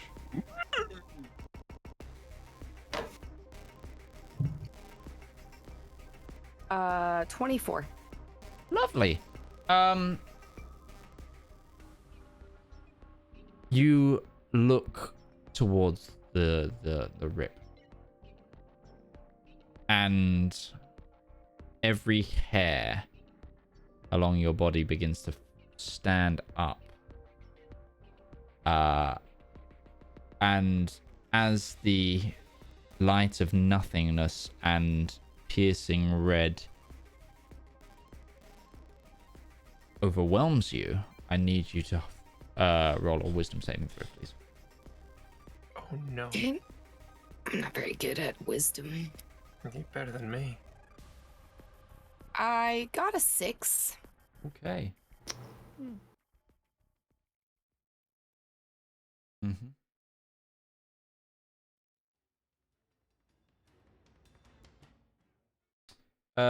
You take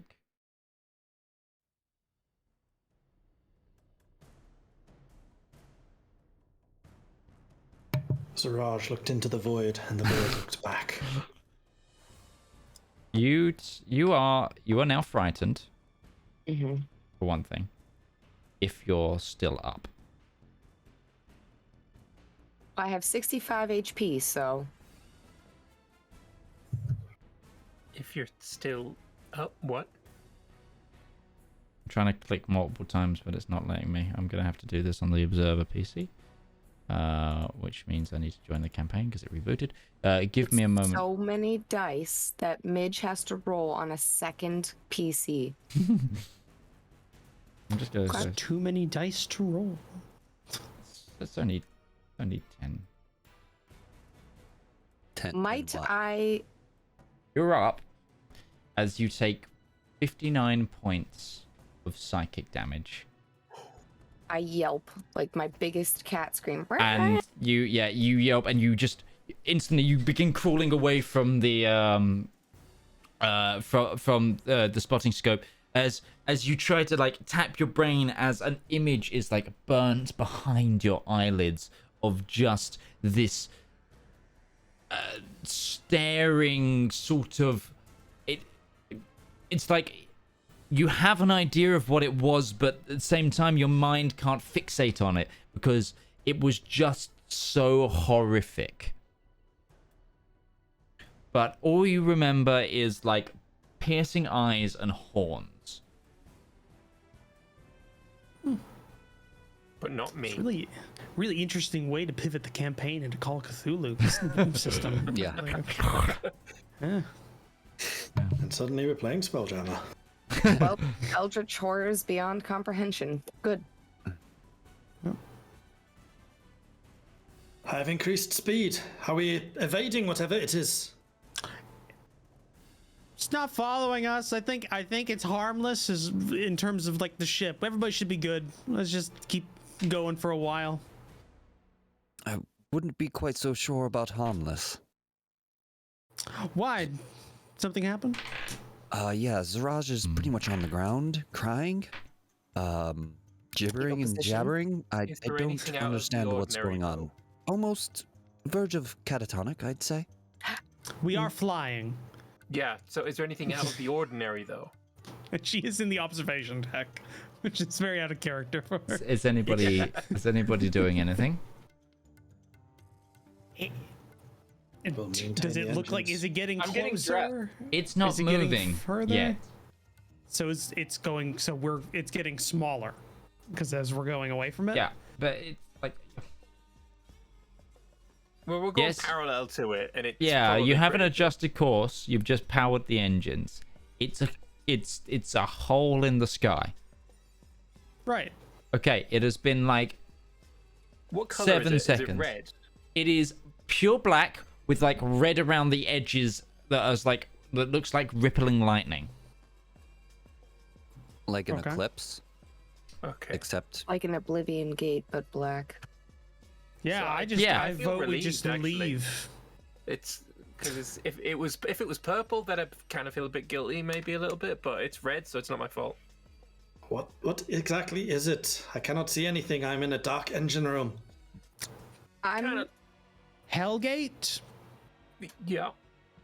Yeah, that's me. I- My guess. I'm gonna say something into. Is there a communication tube Oh, where yeah. I am in the observation Absolutely, deck? absolutely. I'm just gonna. It's There where is most of something- them like connect to. There is something in the hole. It is pure evil. We must get out of here. It is.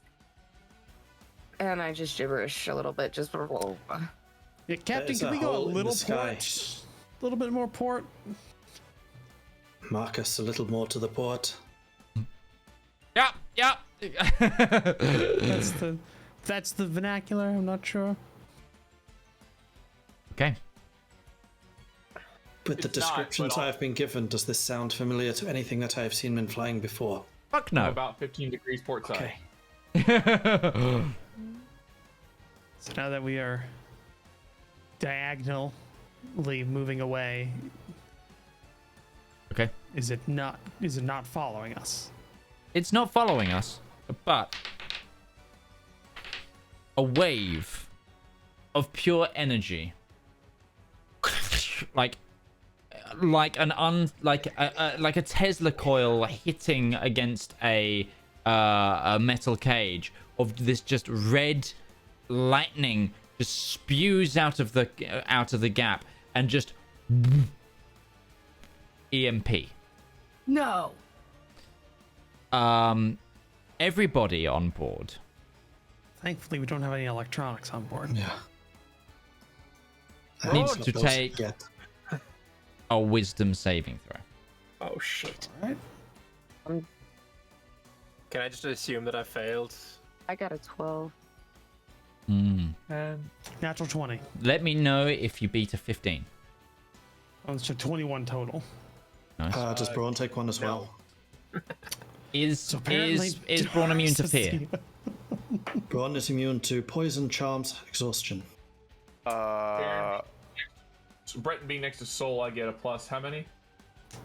Well, it would be a +3, but also you're sitting next to Brett and you're immune to fear right now. Yeah. Anyone immune to fear is immune. I'm already frightened. You are already frightened. Okay. Anyone who failed are absolutely terrified, and you feel like you need to do. Oh, if he's is he immune to charm? Yes. Then this doesn't apply to Braun. Okay. As elf, do I Frightened get and charmed are advantage? two different things. have Fey Yeah, Fey ancestry would give you an advantage here. So But is it Oh. it charmed or is it Oh, frightened? oh. So yeah, it's which one? it's 'Cause both. It's both. So Is there's it a magical charm. effect? It is a magical effect. Yes. Yes. I And I'm also. still No, fail. it's so short. But you I need to be won. frightened for the charm to work. So if you're immune to fright, it's you're not. You're good. I'm still going to use Flash or Genius. I don't. I know Sure. you told me what the DC is, but I'm going to use it anyway. 15 is the DC. Okay. So anyone that is affected by this, Marcus is not. Marcus. Your sister is not, Darius. Of course not. Midge rolling like a boss. The crew, however, are having a bit of a fucky wucky time.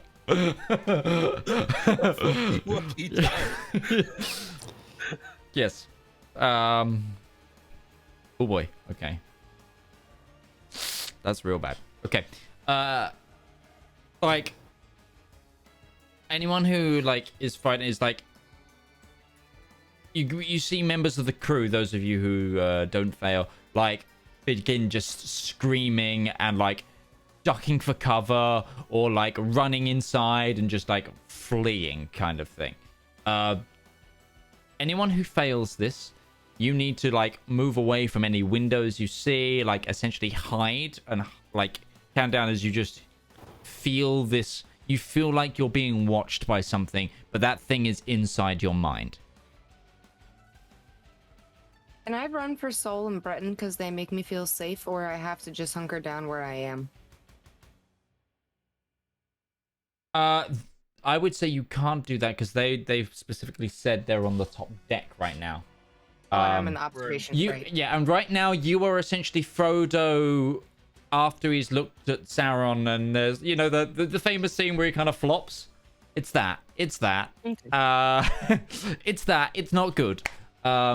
Luckily, a lot of the key members in charge of certain areas of the ship passed their checks, and you do still have enough people to continue going at full speed away from this.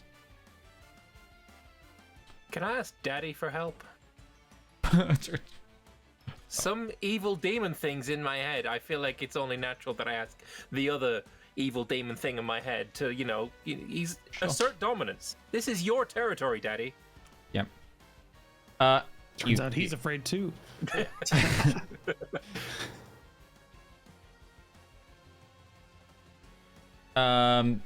You can certainly try. How does I try? How are you trying to contact your father? Well, I imagine I'm just like crouched in a ball, screaming and saying, "Father, help me! I need you! It hurts." Give me a persuasion check.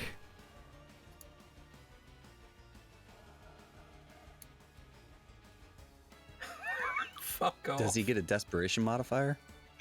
Can I use a point of luck? You can certainly try. That was a fucking 1. Classic Valmir. Yeah. That's a 26. Okay. You instantly go to the space in which you normally ritualize, but in haste, and you beg your father for help.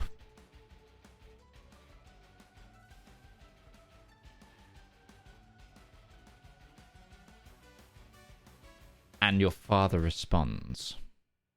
No. I'll give you something to cry about.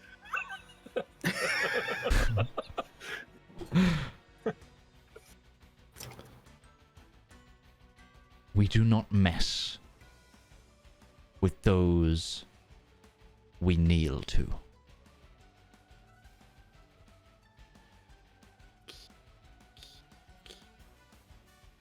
So, assuming that we are aware of the effect that is going on, even though Breton yeah, absolutely. Breton, you are. Breton probably just has a moment where he just kind of looks around and is like, I think we need to get to the command room, make sure everything's going proper operational standard. Yeah. He has not put his armor on yet, because I imagine we're just getting done putting Soul's armor on, but he'll grab his swords and he'll start moving to make their way over there. Sure. This is curiosity. Anyone that he passes within 10 feet of becomes immune to fear. Is that something where it cures the fear when he passes by people? See Breton scathing down the hallways at maximum speed to break the fear.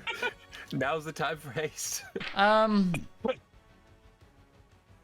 fear, yes, but they're still kind of charmed by it.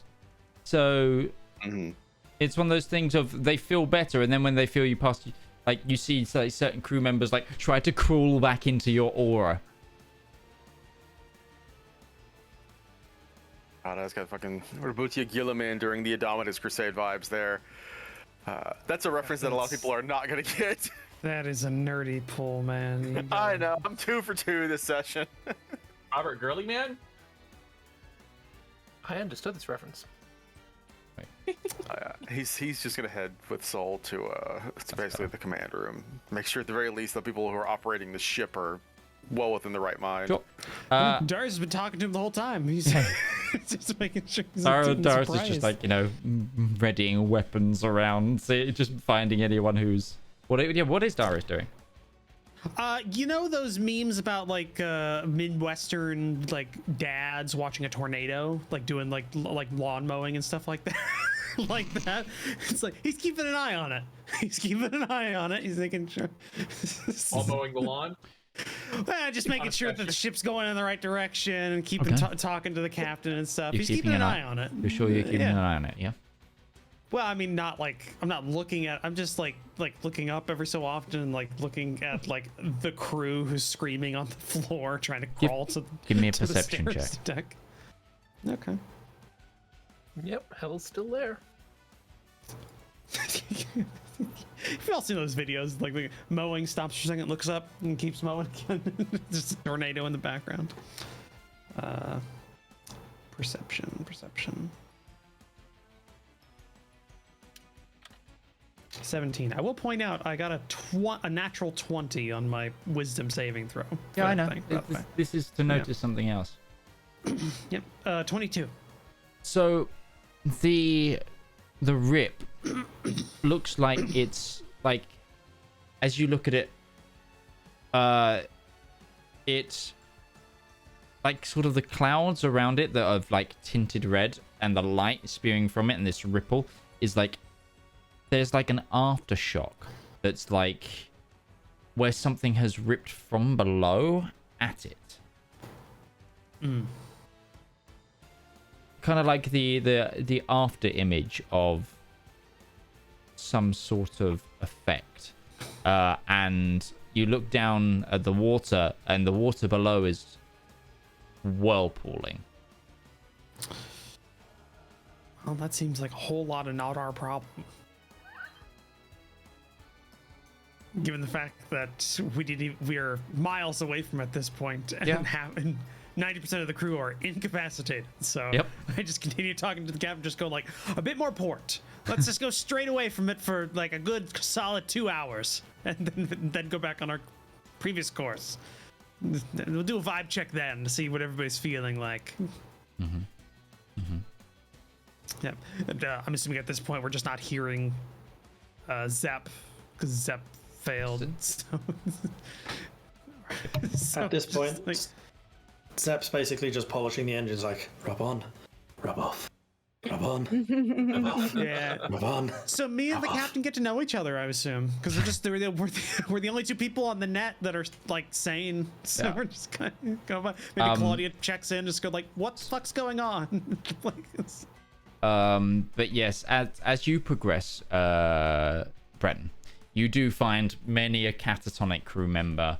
You walk past the engines, you see like Zep just focused on the engine, but you're quite clear to notice that he's focusing on something that doesn't do anything.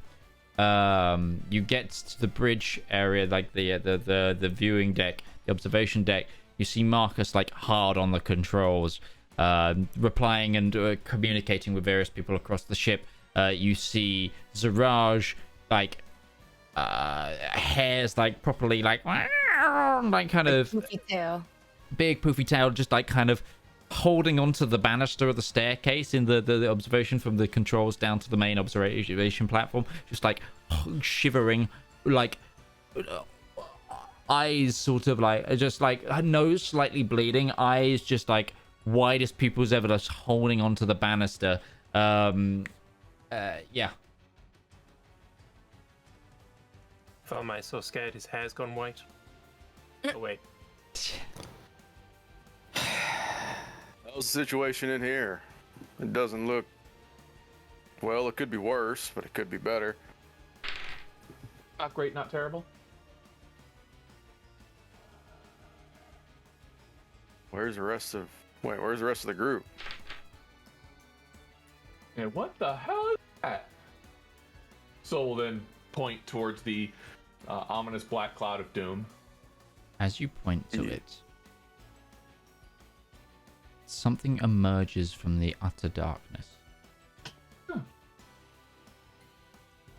As lightning rips from it, this face of immense size and lizard-like features begins to emerge.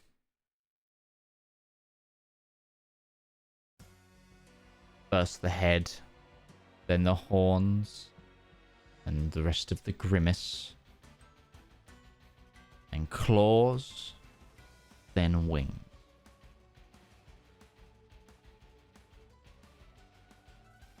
That looks like a dragon. It does. As Breton comes down into the observation deck where me and Zaraj were, do we feel better now? Can we like look at this as well? If you're if you're within 10 feet of it's 10 feet, right? He was trying to make a point of going around to anybody who was freaking out to help. It's pure evil. Whatever's in there. So bad.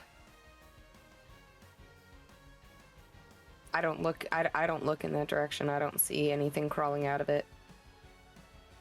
I refuse. I was watching it carefully. Darius, you also see the hell dragon kind of appearing out of the hole in the universe. Yeah, And keep an eye on it. as it fully, this is like, you guys have fought dragons now. This is huge comparatively, like tens times the size of it, of an everyday dragon. And then once it fully emerges, the clouds kind of knit themselves back together. The lights, the reddish glow fades, and the world kind of begins to return to color. And you guys begin to get a code to yourself. Anyone who is looking at the dragon itself, you see it's sort of flapping just where it is, and kind of like taking in its surroundings. With my celestial nature, do I get a feeling that this is, well, obviously not a mortal creature, but do I get a feeling this is something a little bit more divine? Give me a religion check. As the evil sky anus closes, do we all like stop being afraid, or are we still afraid? 24. You are about a minute passes and you become 24. Yeah, that looks otherworldly. There is just like something very, very off about that, and you're kind of lucky right now that because of the 3D plane that you're like on compared to it, it's not looking at you right now. So you're kind of getting a view now of like the back of its head. I figured otherworldly. It came through a portal in time. I'm asking if it's a god.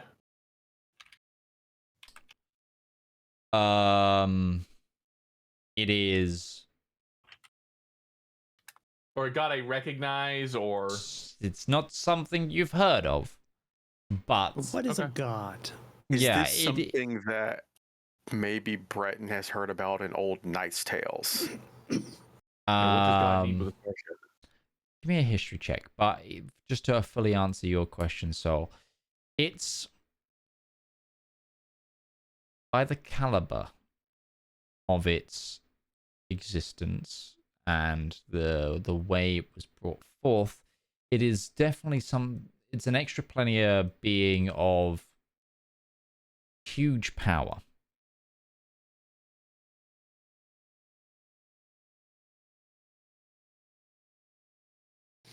Okay. She'll look to Breton when she says, I think the breaking of the veil has begun. Well, whatever it is it's certainly, if it's having this much of an effect on people when it's just around, I'd hate to see the damage it can do if we got any closer to it. Or to a city.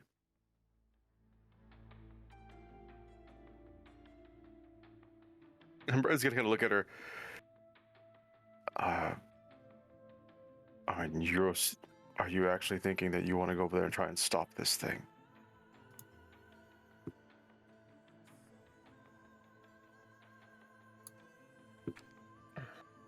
Seeing what it's doing right now, the fact that the crew itself is not in their right mind, and all that argument you put into not going after Gourd because we weren't able of handling it. I'm not saying let's go after it. I'm not saying that. She looks off like she's talking to something in her mind for a second, where she'll just shake her head and scowl. About a good 15 seconds pass by before she says, we would be an ant underneath the boot of that thing. But wherever it's going, there's going to be a lot of bodies. So you're saying we should try and clean up after its wake? Or try to be in advance of and warn people? No, we need to continue on our quest and find out why this is happening so we can stop it. Darius, you get the best view of this from where you are. As it takes in its surroundings and seems to be its first breath of fresh air in a long time, you see the form just kind of move towards a cloud and sort of melt into it, and the cloud itself turn a deep black and then fade back to its normal color. Well, that's disconcerting. And with that, we're going to go ahead and take our midpoint break.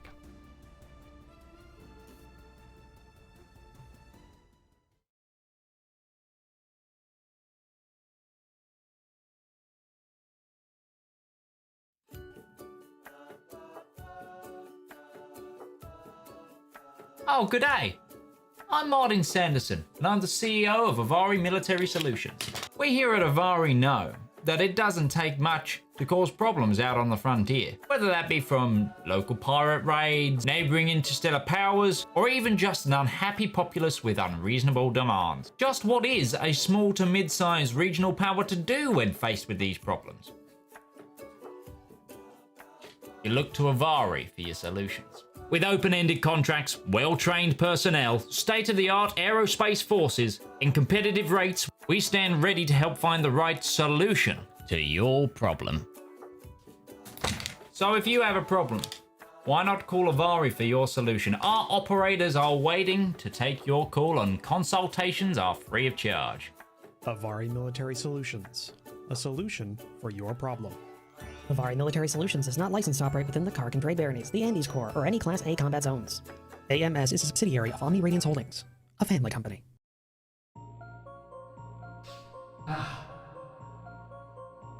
When is a story more than a story? When a tale is more than words on paper? When is an ad more than the script it's written on? In the darkest and deepest annals of our own history, worlds of wonder and splendor burst through like a blister made of hope. From the brain that's rattled and riddled with madness, a radiant pustule. Writing, art, that's storytelling. That is the true lust of life.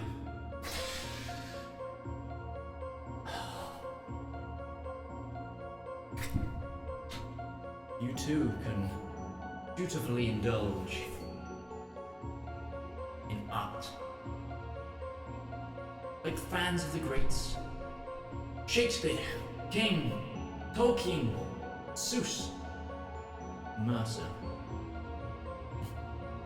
You too can indulge through Twitch Prime. Get extended access to a wealth of knowledge with a simple click, an emotion so small that it could endlessly amount possibilities. Embrace those feelings. Support art. Support the component cast.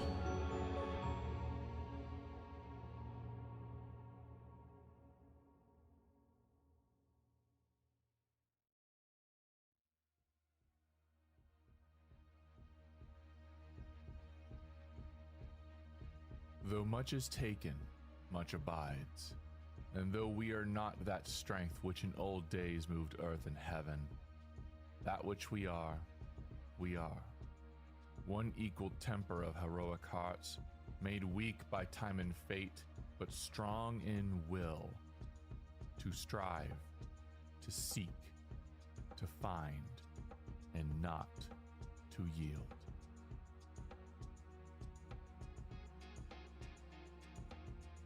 If we take this job, someone is going to get hurt. Not me, of course. I'm an effing delight. You do what you do, I'll do what I do. I'll keep the red stuff inside of you. Buddy, we live in Night City. Just breathing can get you killed. This sort of job? Bullets flying, people dying, gangers riding, corpos trying to take what they don't already own. Doesn't matter. For us, just another day at the office. When the world seems bleak, you follow your heart. Take that stage without hesitation and give it everything you've got. There's a lot more to this city than you'd think. You just gotta dive beneath the surface. People like me, we dive into the depths.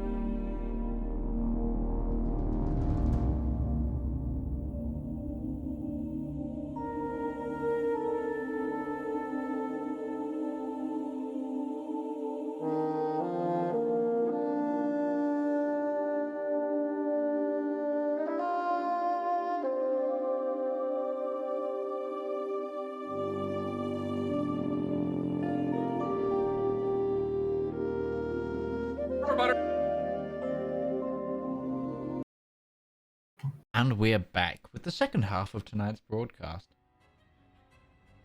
So, the creature dissipates into the clouds, and all of you are left, well, some of you are left reeling, others perplexed. What would you like to do? Cry. Just keep going on present course. But Darius in that one. I'm gonna try and find people. I don't want to be alone anymore. That roll was a 25, Midge. Okay. To kind of discern what evil that was that kind of just hit me. How's the rest of the crew look? If Zedaar took that much psychic damage, what about everybody else? She's the only one that looked through a 16 times telescope into the black void. Okay. I'm gonna walk around. There's just gonna be a bunch of exploded heads and coffin or rooms. And it's a little awkward. Yeah, I'm bleeding out of every orifice in my face. You do get a report of actually 3 dead.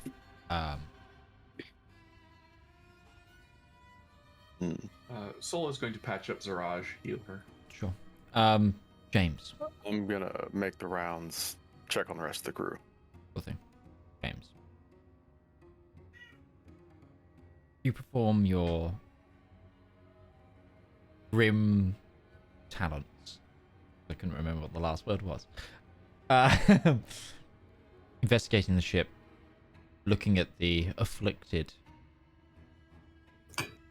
and you begin to discern that that creature was both ancient and fiendish.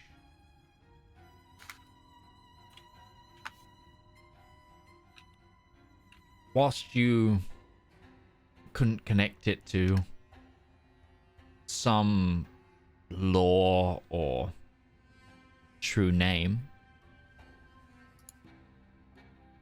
it was very old. Darker than some of the other evil around the world, and darker even than some of the supposed evil of where you're from. It was deep and unrelenting. And just your blood, you're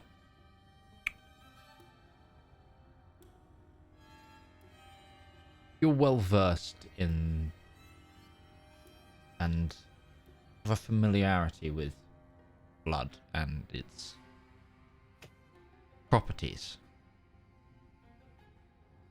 It was almost as you felt in that thing's presence. It's like your blood physically bubbled and boiled.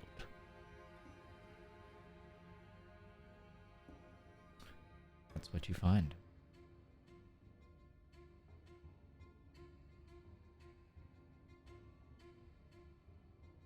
Thank you.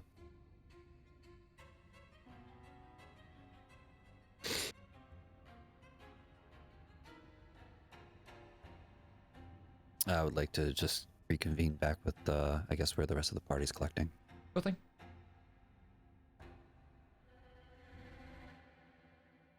Almir, Yeah. Yeah. is this your people? No,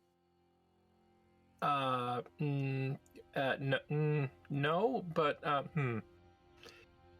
So, everyone else had that whole in the head thing going on, right? That wasn't just me. That was everyone. Those that didn't resist, yes. Okay, so I wasn't cool. So yeah, so I reached the kind of where I get my powers from, the magic. I asked him for help. See, and I got a reply. He said that it doesn't mess with things that they kneel to. So yes, but also no.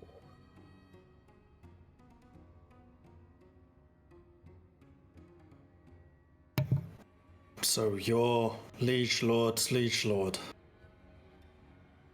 Yeah, something like that. Yeah. Grand patron. What's the phrase? There's always a bigger fish.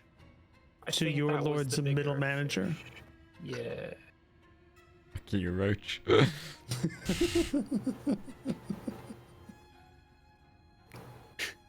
Well, I looked into the void with the telescope, and I can't explain what I saw, but wherever it's coming from, it's purely evil. And if it can open these holes wherever it wants, or wherever the fabric of reality is weak, I guess, I don't want to be around for that again. This was a concern that Ruby had, and I believe Zep did too. That these wards that were supposed to be keeping things like this out are failing and being destroyed. If a creature like that can get through, have they already been destroyed? Is this entire quest pointless? I do not believe it is pointless. We are trying to get information about the dragons, and if by your descriptions this was a dragon, that has not changed. Is this how all dragons are made? Out of a black void, I do not know. That just wasn't just a dragon, though.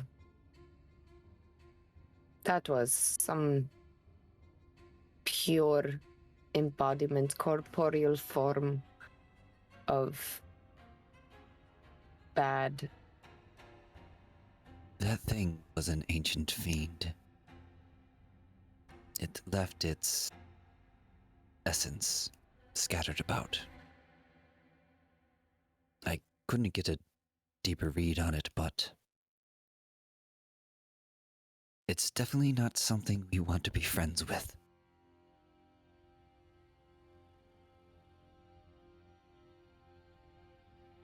Or even be in service to. Looks at Valmir accusingly.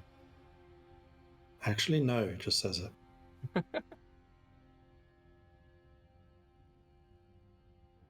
We should make all full speed to Atria.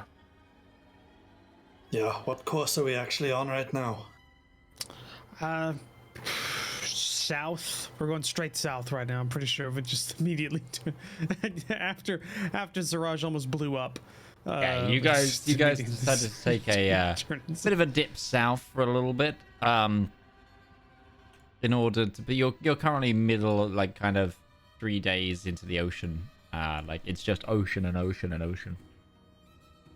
So I don't think, you know, I mean, fits this thing of like pure evil, right? This doesn't necessarily mean that everyone that serves such a thing is evil too. I mean, there's coercion and there's force. Evil's very into that kind of coercion and force and stuff. So I mean, it's not like everything that, like, you know, does its bidding is evil. There's, you know, an element of coercion and. Are you feeling slightly guilty for your allegiance? No. I have not seen Valmir do anything that I would consider evil. Insight check. On who? on Valmir. Valmir, make a deception check, buddy. I don't know if or not. I'm just checking. I don't think a deception check actually is relevant here. I don't feel guilty for. Okay. I can make a persuasion check, I guess. So. Well, I rolled a 10, so right now. You're good. You're good. I could go either way. Roll one of them and don't tell us which. Yeah. But if you do it on the thing, we can see what you're rolling. Right, that's 28, so Valmir is like stone-faced.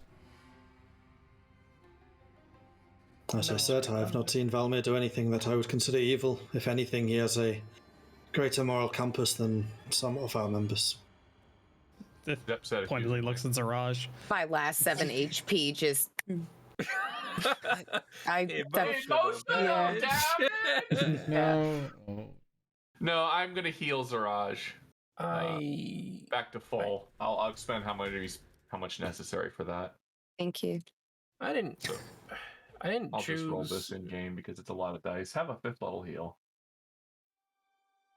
I didn't choose my life. I didn't choose to be born the way I was. I don't even know if my patron, if you want to call him that, is necessarily evil. I mean, all they've done for me is stop me from dying and given me powers, and it's, I don't know, it's not evil. It's got a scary voice, but you know, you can't really choose your accent.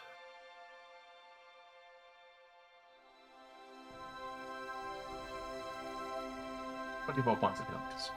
Thank you. I tried to select you, but couldn't figure out how. It's all good. You do not get to choose your parents, but you do get to choose how you live.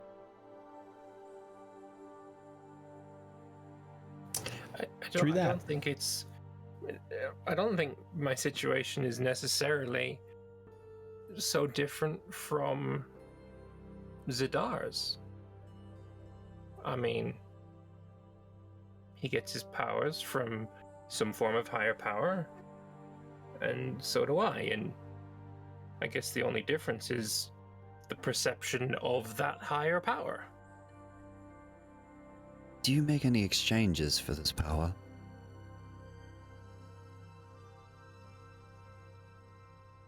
And I'm going to be watching him intently.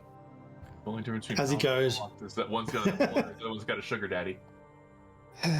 I'm gonna play the result I got. I implicitly trust Valmir at this point with the 28 persuasion. It's like, nope. Valmir, this will definitely require a deception roll with whatever you're about to say. Unless it is complete and utter truth and only the truth. And then there's a completely different wheelhouse of things that might have to be talked about. Luckily for you, Breton's not there. He's still checking on the crew. He is currently Our not man there. smells of brimstone and sulfur. I'm not evil. What do you mean? Fucking roll a deception check, you silly bastard. Oh, We also would have accepted. You think these hands are innocent? They've been soaking in. Good. And James also roll an insight. Yeah. What do you mean? I don't know. Yeah, playing coy does not help. What did Valmir? What did you roll? I got a 15. And James, you got? I got a 13. Okay. Ooh. He looks confused. Well, if you need further clarification, when you received these powers, did you have to give anything in return? An agreement was made? Some sort of contract? So I was kind of dying, and a little bit like just now, I just asked for help. I asked for aid, and I was given back some of my life. So you exchanged your soul for these powers? I didn't get that in writing.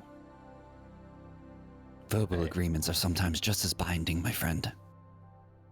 Well, I mean, Also, if he's a middle manager, there's definitely like a carbon copy somewhere in that office. I was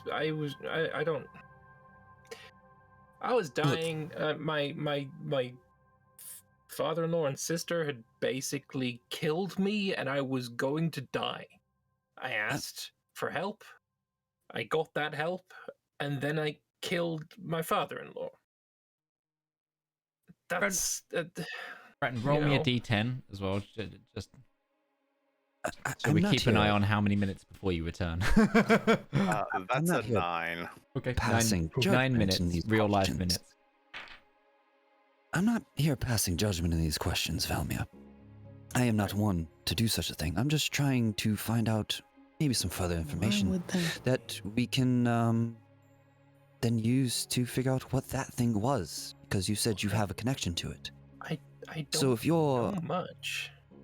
If your provider has a name, then the thing he serves also has a name, which means that we can then create connection and find out information on what the hell just ripped open the sky and assaulted our minds and hearts and made us shrink in fear. And probably is going to kill thousands and thousands and thousands of people. That's speculative. I don't know my patron's name. You give your soul up to a creature whose name you don't know. Valmir. I don't even agree that I gave up my soul. Valmir. Need another deception check, buddy. But openly telling a lie. You are either the Can you DM me stupidest the person name alive of or my the biggest patron, liar. please? I'm pretty sure it's in your list, right? Just openly, I have dyspraxia. I've got a very bad Hold on. memory. I will see if I can find it in our conversation. I'll tag you in it. 13. Soul inciting that. Just circle around the table, everybody inside him, until everybody trusts Valmir implicitly. Well, I have a necklace of my detect thoughts, but I feel like Zaraj is too messed up after the dragon encounter to give a shit, so... That's fair. Sepp has already made his own decisions around how he feels about Valmir. I'm just trying to find out what that was. That's all this is. Wait a minute, you have a dragon behind you! Did we just find... I'm waiting for what Valmir's saying before I actually determine if he's legitimately doesn't know or if Valmir's lying. Yeah, because I don't know the answer to that yet. I'm sorry. So I'm not rolling insight till I know if I need to roll insight. Hold on, I'm looking at our notes because I'm pretty sure we've talked about this. Because I don't know when I would have learned that, right? I mean, I know the name of... I know the given name of my biological dad, probably. But I don't believe they would have given over their demon name or their deity name. Just, It's a demon. What? Oh, Devil, actually, I think. Okay, so that. Funnily enough, it's a name that I said during the midpoint break. It was funny that you said that. You're like, I have this name written down. There's no context for it. Now you've got the context. Hey, So are you actually going to say you don't know it, or?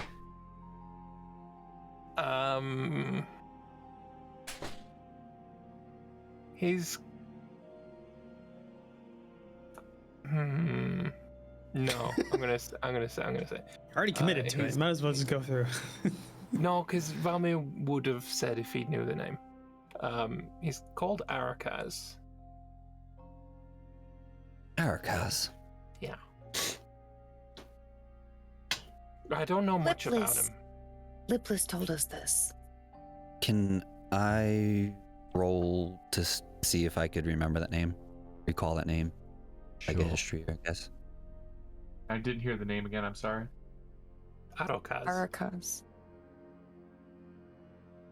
When we tortured and questioned Lipless. And if they are a fiend, it would be at advantage, so. You may roll this at advantage. Fuck. Does James know he has advantage? So that would have been a 26 to recall the name Arakaz.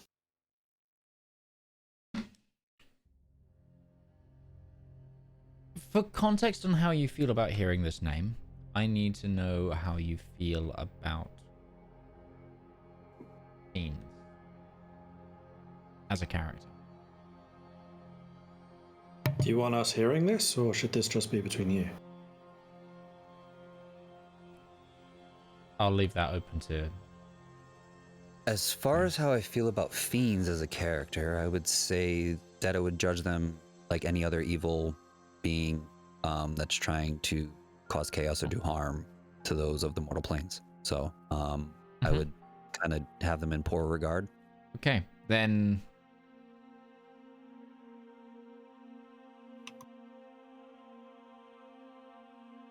Like tasting a memory. The name fills you with an absolute ill feeling, as that name is a very old, similarly very evil name, or part of one. It's kind of a fracture within the secret histories of this plane, and it is not something that should be messed with. Now, do with that whatever you will. Yo, my daddy's got cred. Can I do an insight check to like read on his face what he looks like when I say that name? So you won't need to insight it, it'll just be apparent. He'll kind of wear it on his sleeve. You'll kind of like almost somebody who kind of gets that like dry sense in their throat, like they're about to gag or throw up. Like you say that name and it kind of causes that like little, and you like just see him kind of like draw his face down and close his eyes and just take a moment to kind of like collect himself before he looks up at you with like very like a piercing gaze. Yeah. Just to you, that was like someone just started speaking Mordor Black speech at you. Kind of feeling. Yeah. I take it you've heard that name before. And I take it you don't understand what you're messing with. I literally have just told you I don't. And that's a shame. I would very much like to learn. Just as ancient and evil as that thing that ripped its way through the sky, you are messing with similar powers. And it seems you have given a part of yourself to it, my friend. Bill comes due.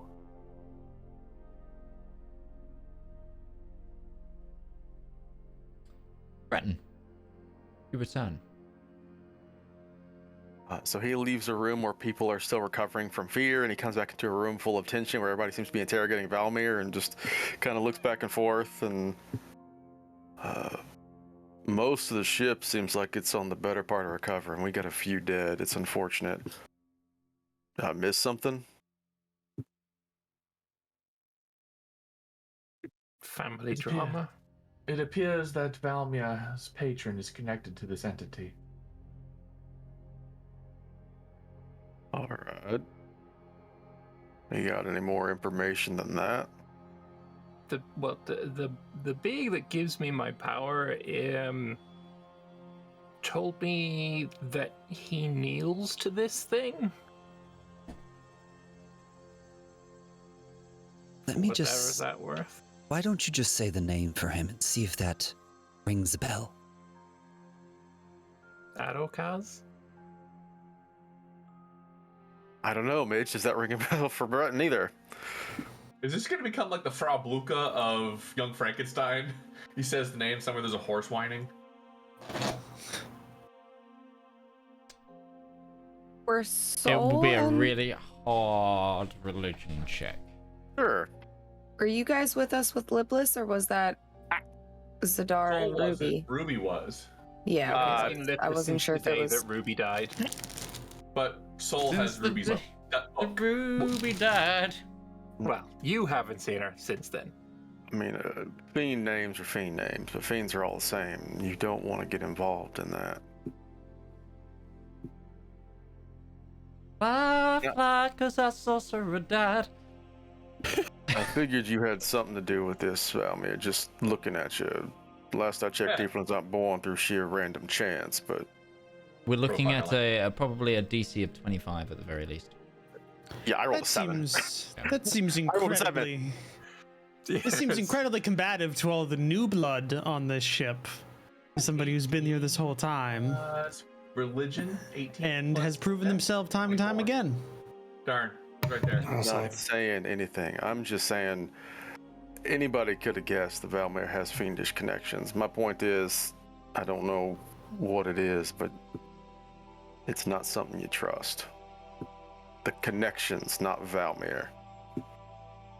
Yes, like I said, I'm not passing any judgment on Valmir for falling prey to a fiend's ways, but it is concerning, and hopefully we can use it to gain some more information. Get a leg up.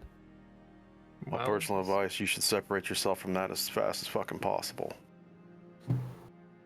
I don't even know if that is possible. I don't know anything about this. Valmir, I have a question. Sure. Your patron, we're going to be all Voldemort about this. Do you still talk to them? Obviously you still talk to them, you ask them for help.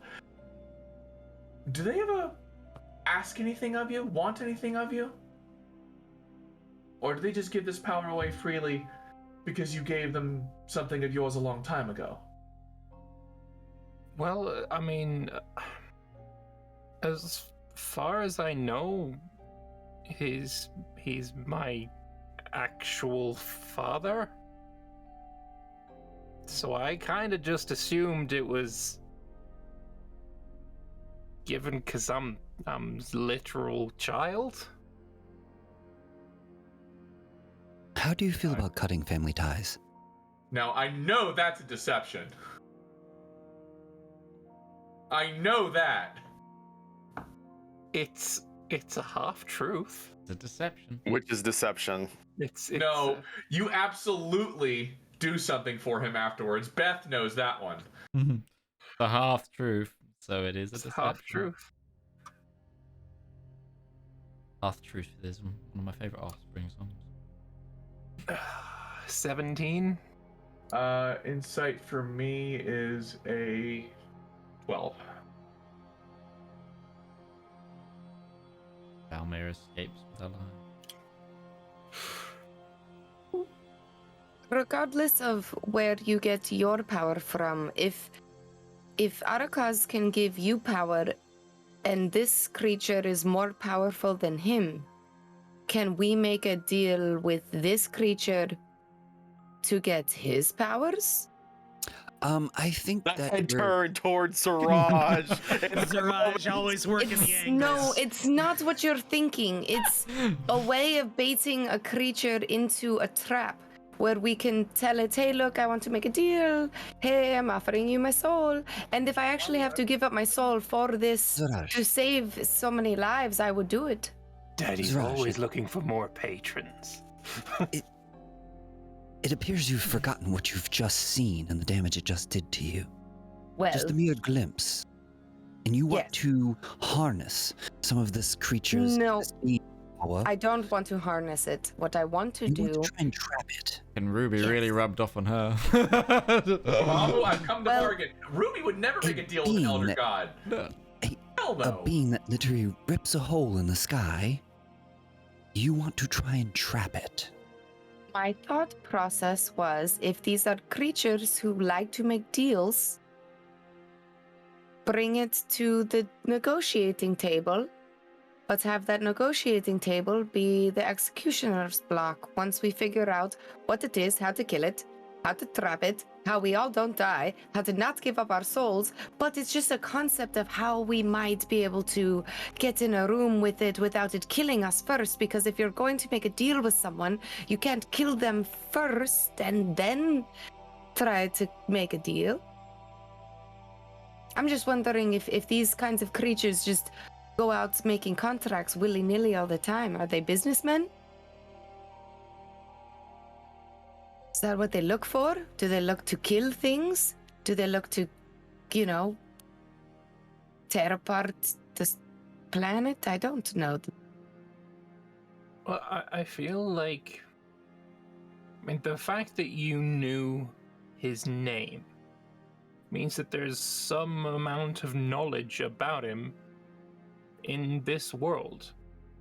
And if some of that knowledge might be who he kneels to, so we can, you know, using that thread, kind of find out what we're up against, if we are up against it. Which again leads us to Atria. What makes you think he won't try to stop you, Valmir?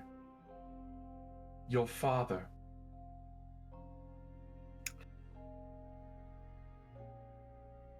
It's not a thought that I had, either way.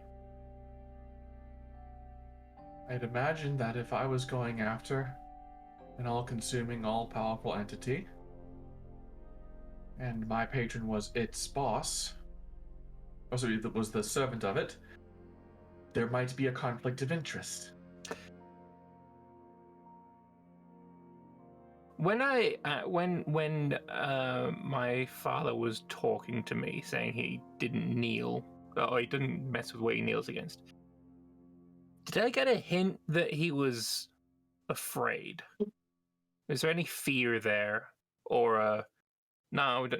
He's our boss, isn't he? So I ain't gonna fuck with him. Like, what kind of vibe? Can I get a vibe check on Daddy? Give me an insight check.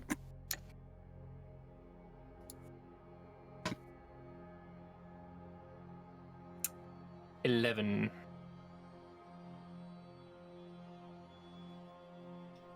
Warning. Shit. I think it was right when somebody said you should re-examine your relationship with your patron. I mean, I don't know exactly.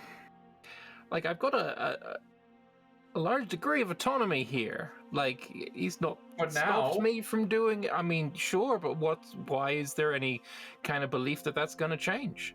Because we might be in eventually some conflict with his boss.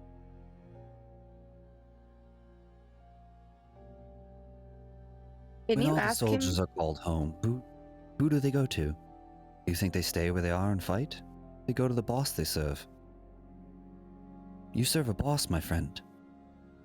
When he comes calling, you're going to have to answer.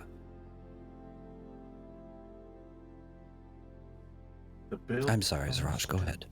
No, I think we should use him before, if you're going to cut ties or not, but we should use your connection with him to ask questions. Maybe he knows about the seals.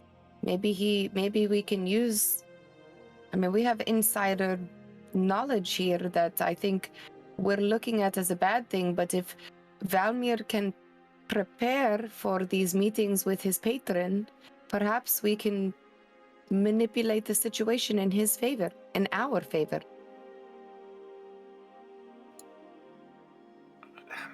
So the next scheduled meeting is in about 4 weeks.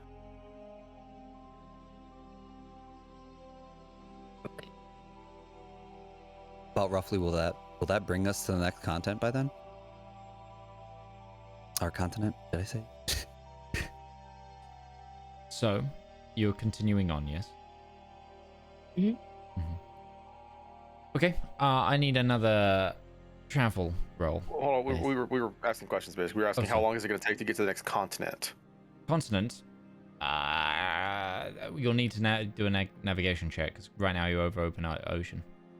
Well, But in the time frame, would the 4 weeks pass before we get there, or is that well outside or inside of the time range? oh, like it's an estimated like 2 weeks travel across the ocean. Okay. Oh, okay. So we'll probably be there and operating by the time it happens. Okay. Yeah. 25 on the navigation check. And stuff. Yeah, you think you've got about another 8 days travel, is it? Is the calendar in Fantasy Grounds up to date? Has it been changed in a while? 5. With the extra 3, you are now. Hold on, there. You're there. So it's the 28th. It is currently the 28th. It's in a little over a month. What do you do in your meetings? Don't know. This will be the first one I've been to. Insight check. Now I'm starting to Just go. can't help himself. 18. I get a 13. Tell me the So truth. Tell the truth. You're telling the truth? Yeah, this is the first one ever. Why now? Why are you having a meeting now? Roughly how long is it since we all got captured and brought to Redbury? Like, what date What, the was original, the first day? that? Yeah. When did the campaign start? It was the 21st of...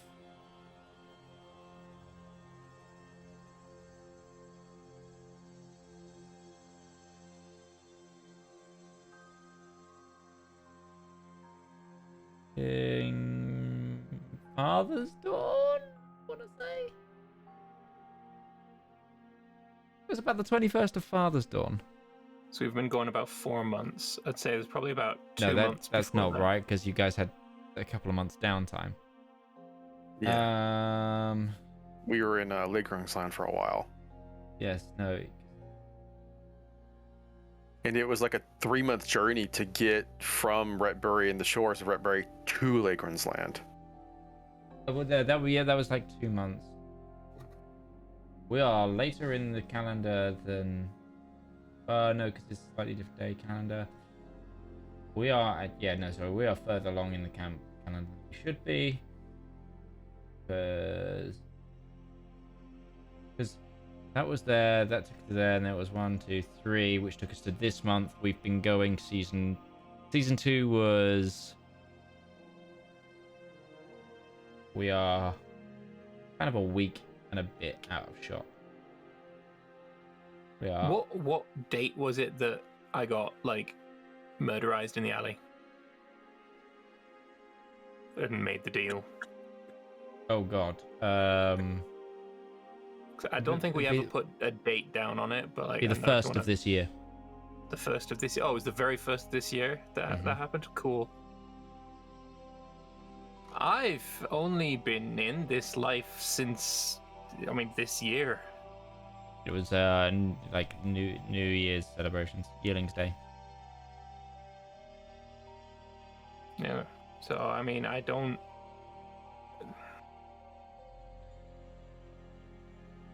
know what to say. I mean, it's the first time because I've not been in this life very long.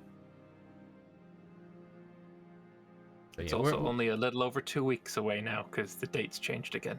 Yes. Then let me ask this question to everybody. Are people comfortable with trying to talk to a demon for information about this?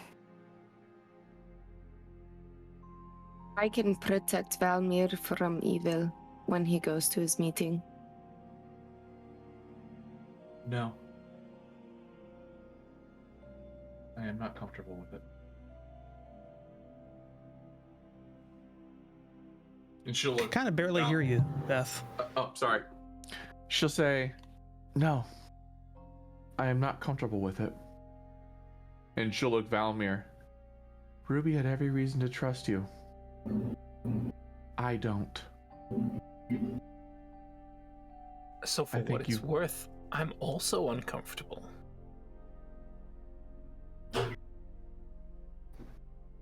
I don't know how many of us there are. For what it's worth, do you remember Lipless? It's kind of the same deal as me.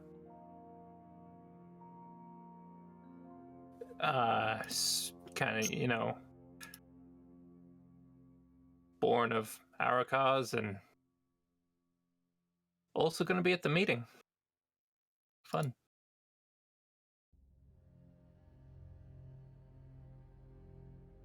This is a physical meeting? Like everyone's gonna go and sit around a table, or?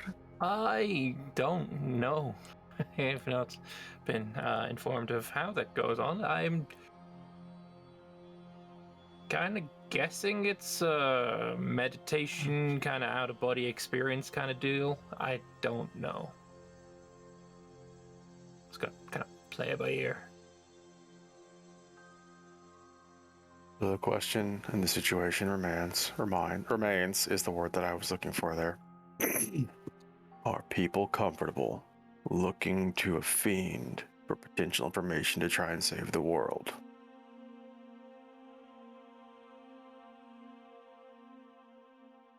This is not me chastising, this is not me trying to put a point to the order.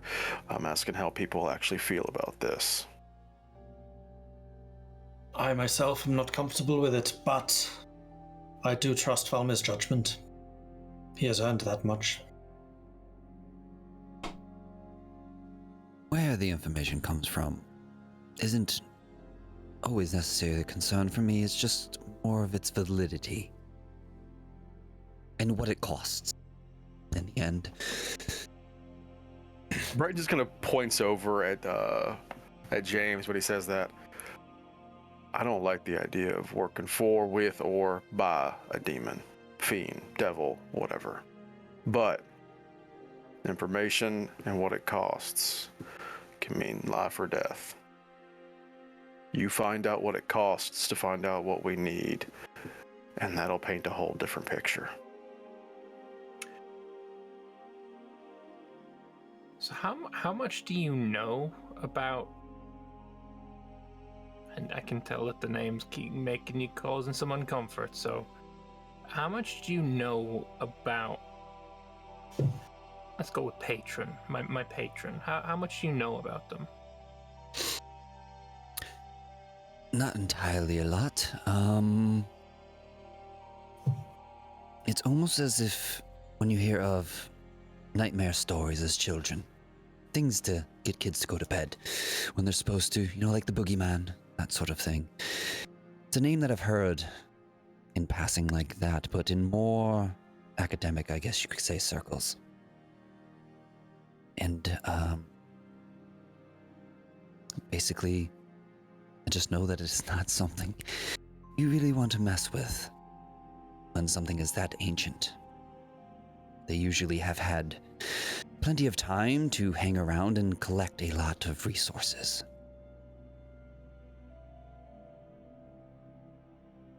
Isn't that true for all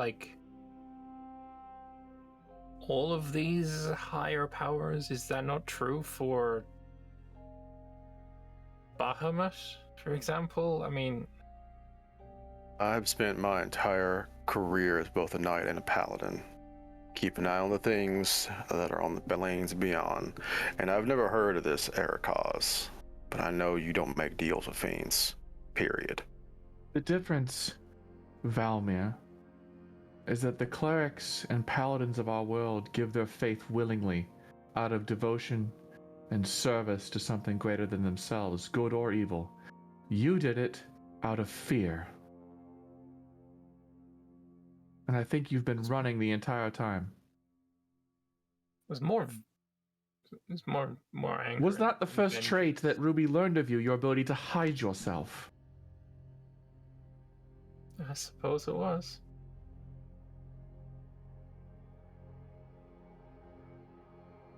I think it might do you some good, my friend, to research into exactly the bargain you've made and who you've made it with.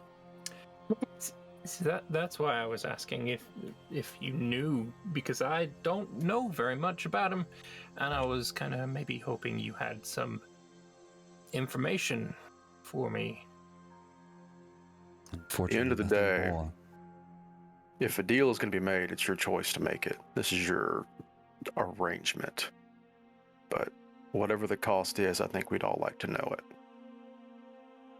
Especially if some of us will have to pay it.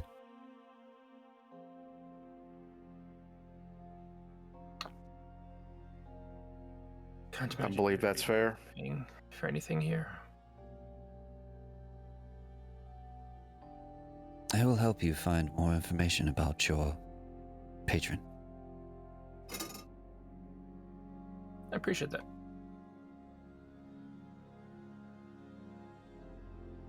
No, we got a ship to get right before we get too far out to sea. Oh, yeah, of course. And with that, Zep's going to jump down from his chair and rush off to the observation of the bridge. I'm gonna see if he needs any help, and I'm gonna rush off after him. Okay. So, if someone would like to give us a travel check for the second half of this journey. So that's the D10. Aha! The D10 event, Brawler. Beth has already rolled it, but is muted. Go ahead, Beth. You rolled it. Oh, it's a 1. Okay. 1. Nice. We're all dead. Fucking If a 7 was a glimpse of a deity breaking through this plane, then a 1's got to be like there's a fisherman on a boat somewhere. What if it was just all bad things, just a random? Yeah, no. It turns out every odd number is terrible. Every even number is good. The funny thing is, in the world I'm building at the moment, the Fisher is the king of the gods. So there are no good rolls. It's just increasingly bad. Yeah. The Fisher King. Is that an Arthurian legend reference there, Zep? not intentionally, but yes. Subconsciously, an Arthurian legend reference from someone called Mordred. Yeah. If you make a deal with him, like he becomes your patron, do you have to pay the Fisher price? Thanks, I hate it. Send you back to the early learning center. Right. Anyway, roll him off the boat at this point. With a 1, you all die. Nothing interesting happens.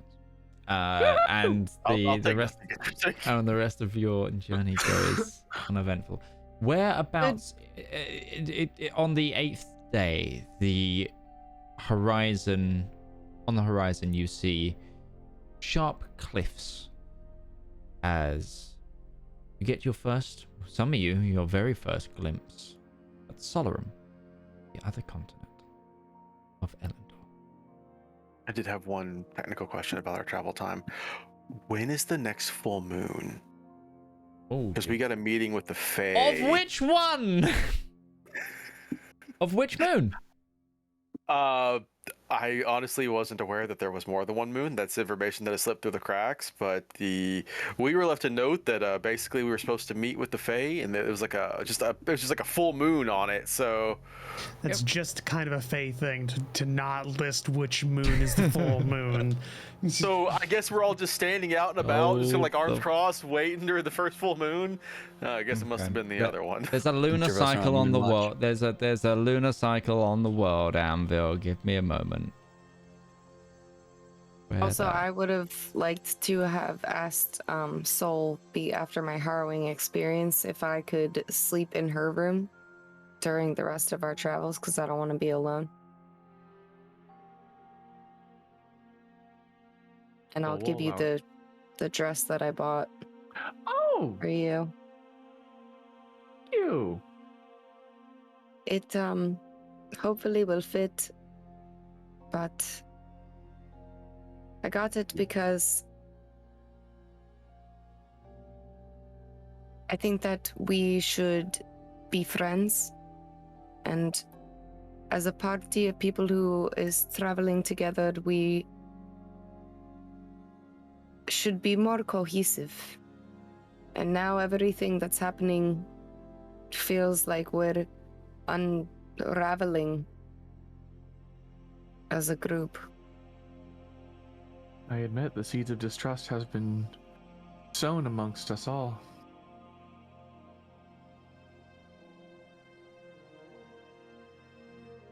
DM, do we know that Zedaar set the building on fire? Yeah, you guys yelled at me for it. Oh yeah, no, that became common knowledge. Mordred laid that out flat for everyone. Sorry, Zep did, not Mordred. Just Mordred did not just reach into the game and say, "Guys, pay attention to this." It was Zep. Just making sure. Yeah, we went through like a whole public apology. Yeah. She'll say, Zedaar, you loved Ruby, right? More than anything. think I'm probably going to regret asking this, and I'm sure Breton's going to start slamming on my door if I say this out loud. But when the instance of those impulses of yours come, when you're not sure of what's right or what's wrong, ask, what would Ruby do? Set the building on fire, but... Fire! To be fair, Ruby has never intentionally lit a building on fire. That we're is aware such of. A bold statement for a character who literally everyone else misunderstands. Nobody gets Ruby. The perfect counter response from Suraj. That's what I was doing. Ruby would never light a building on fire, not to kill people. But the perception of her would be that that's what she would do. Because nobody gets Ruby. I will think of this in the future. It's important because everyone gets their power from something. And you get your power, I think, from some sort of divine connection within yourself, your own magic essence. Darius gets, from mercenary camps and training forever. I don't really know a lot about James. I think he's a vampire, but Zeb gets his power from his incredibly good, smart brain, and Valmir gets his power from, I don't know, we shouldn't blame him for being evil. It's not his fault where he gets it from. And me, I get my power from a traumatic childhood. So... The accent just goes away. Zedaar, we all have our choices to make on how we want to be perceived in this world, how we want others to perceive us, and how we want to affect this world.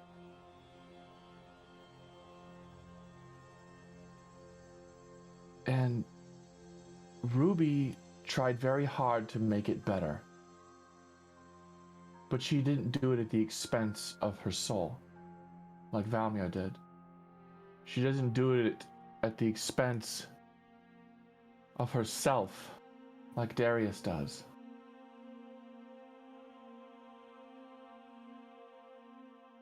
Zep is very true to himself, absolutely. I don't know James, he's probably a vampire, I agree. Breton is the same, working very, very hard to be better than he was the day before. That's a good thing to have. I would like to see it out of you. Well, I'm trying. That's why I'm doing the whole thing with the ship and painting it to camouflage and try to help us from getting killed. But it doesn't seem to do anything because the hell demon dragon still found us and... No. Not... Helping the group is not the same... I wish I knew how to explain it. Ruby could do it better than I can. And she pauses. Yes, I know!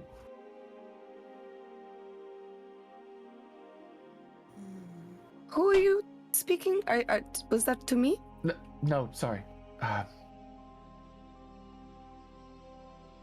Self-improvement is not just becoming stronger, bulkier muscles, better sword strikes. It's knowing yourself better. Valmir has been running from something for months, if not for his entire life. Look at him. He's a mess. He's a coward.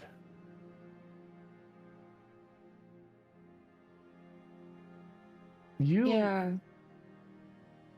I don't think are one, but you are definitely scared of something.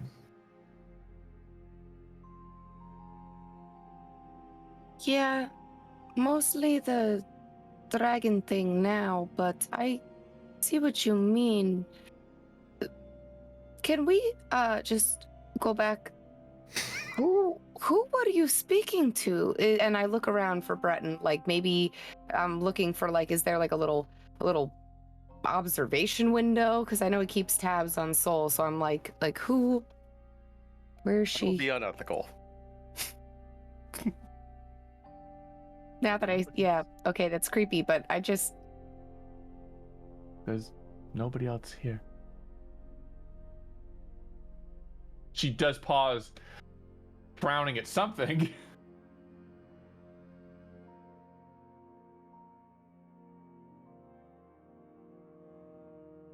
Well, why don't you try on the dress and see if it fits? Yeah. Roll me a d20.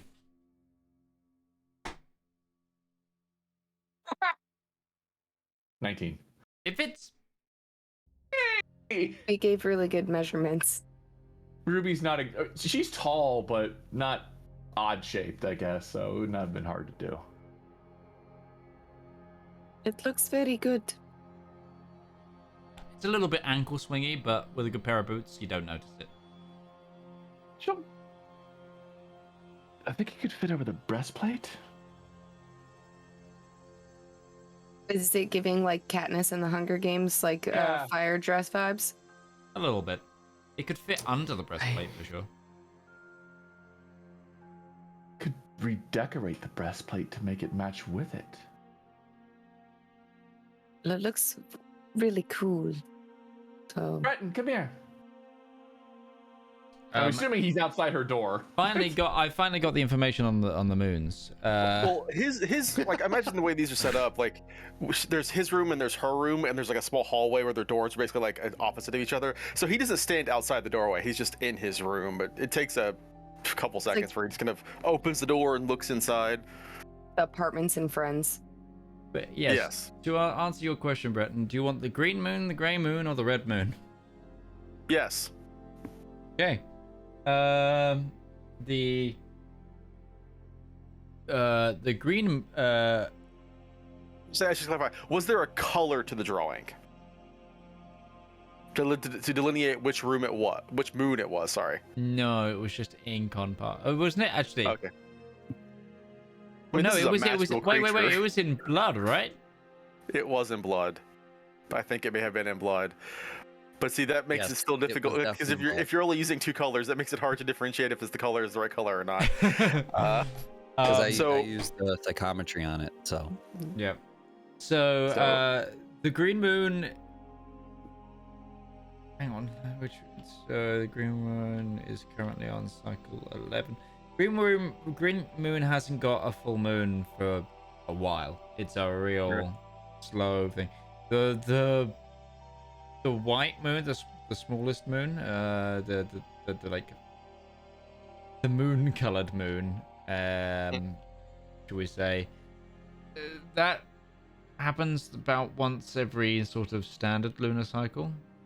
Okay. The red moon.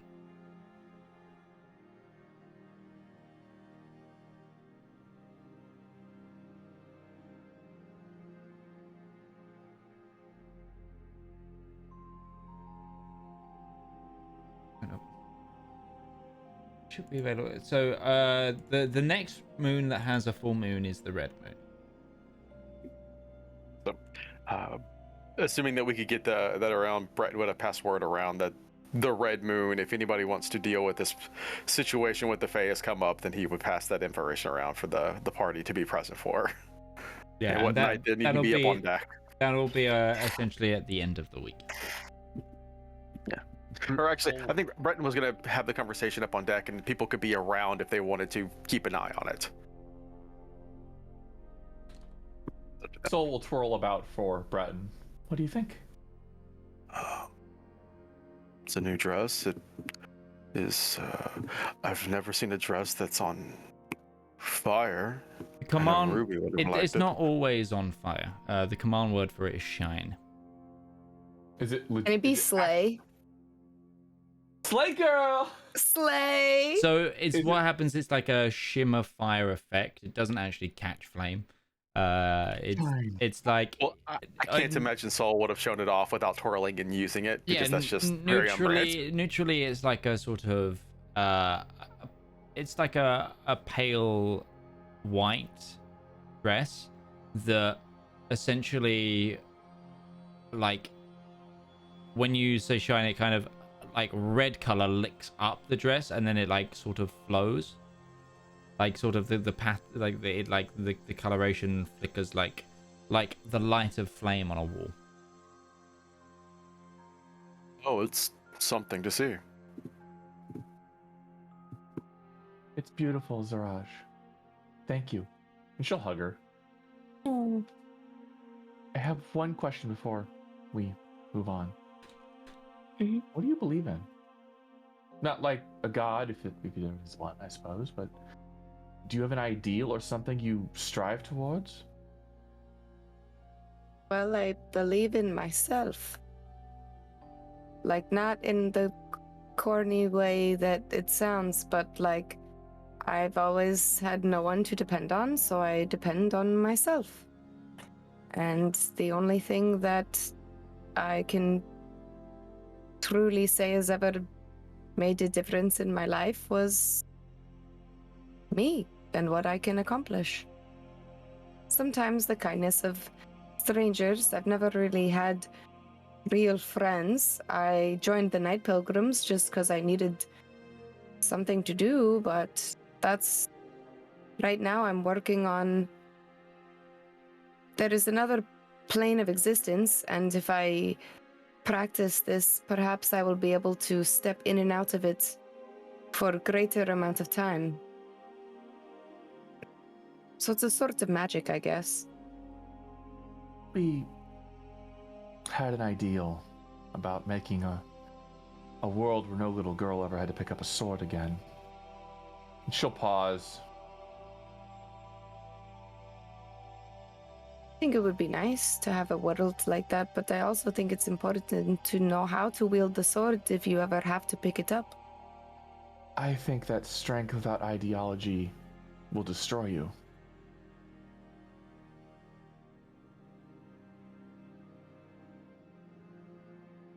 Breton furrows his brow at that comment. He's just kind of watching Soul.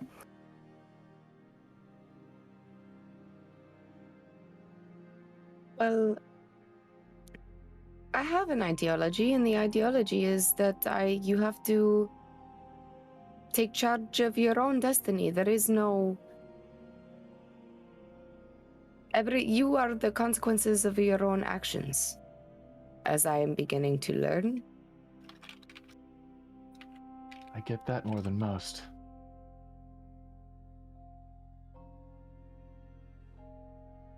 Well, you are without a doubt one of the more interesting people I have ever met in this second life.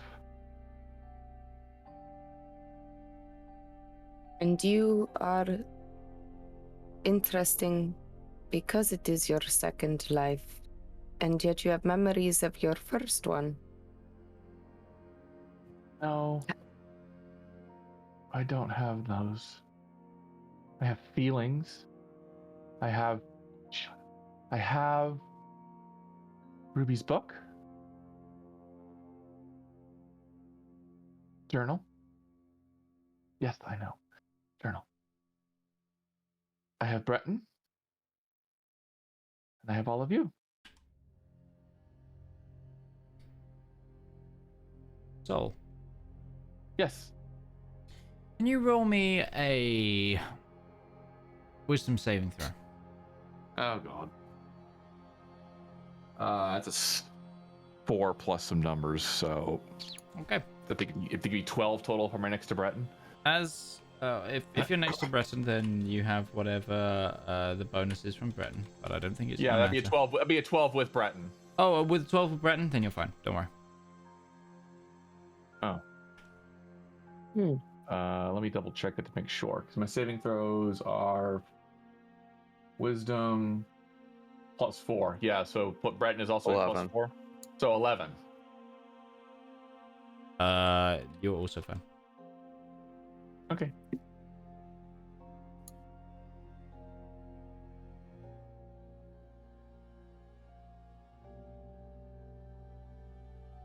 Who's hungry?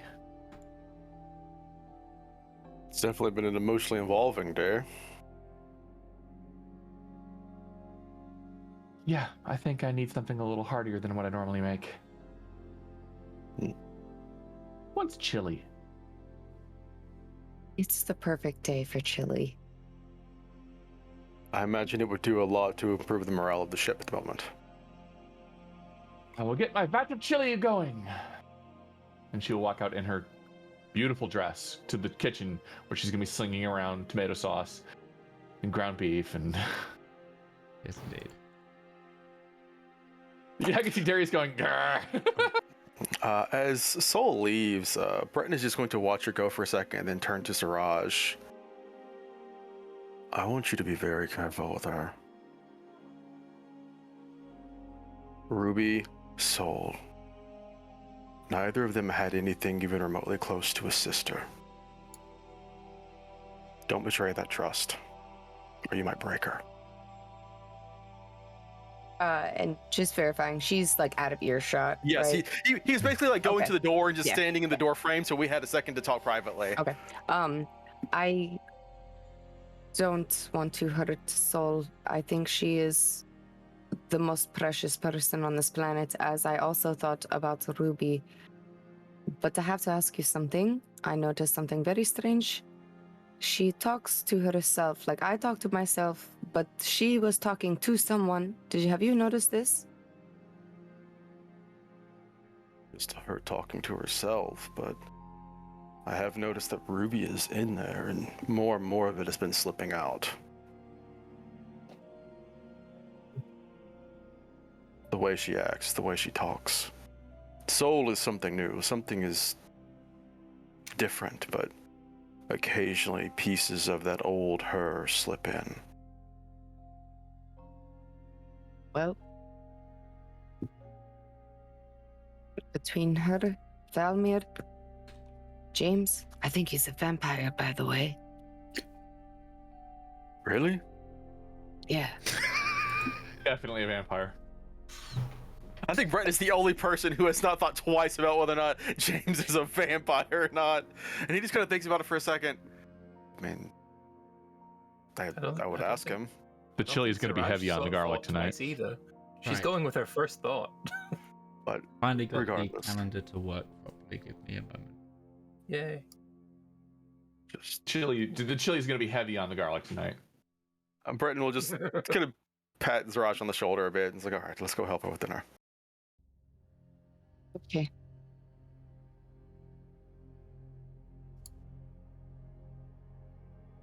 Yeah, you've just missed a full moon from the grey moon. So the next one is... Actually, no, I lied. The next one is a green moon, full moon. Soul might very well be whispering Twisted Sister. We'll probably just be ready for every full moon, right? Like if it's going to be a full moon, all hands on deck kind of thing.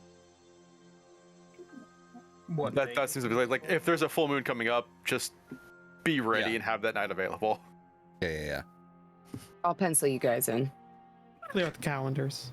Yeah, we really need to clear our schedule. There's just so many places to be and do on the ship while you're at sea for weeks on end. You have no idea. First I need to be making this, and then I'm crafting this, and then another request comes in as well. Plus I must be looking after the engines. Zep wanders off while muttering. Yes, Zep, you do this to yourself. Delegate. I know. Do gnomes even understand the concept of being overworked? I'm not sure. That's just a happiness meter that keeps going up. Yeah, that is the part of their brain that makes me feel like they're being fulfilled and happy.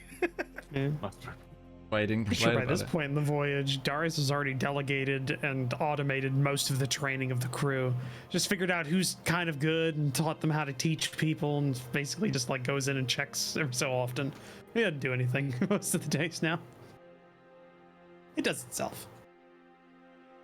It's a well-oiled machine. Until you gotta, go in and get rid of the dissent and the people who are grumbly. Oh, we gotta always train on this time. There's always those guys. Oh yeah, no, and then he goes in and he has pugil sticks, and we kind of just teaches them. This was automatically generated, but on the very, very last day of this year, the only moon that has a full moon, the other two are like invisible. is the red moon. Red sky at night. Yeah. That's Foreboding. Yeah, it's fucking foreboding. Yeah. So when's this green full moon you were just talking about? Actually, on my head calculations were off. We're in Amber Seed. Green full moon on the 12th. It lasts for 2 days. Yeah, Ruby's gonna be hard at work. Soul is gonna be hard at work in the kitchen. Anybody listens, she does talk to herself. Most of it's mumbly. But there is a full-on conversation be going on in her space. Yeah. Okay. Yeah, that's a sign of a healthy mind. You know, active. She meets better people this way, better class of people. Mm-hmm.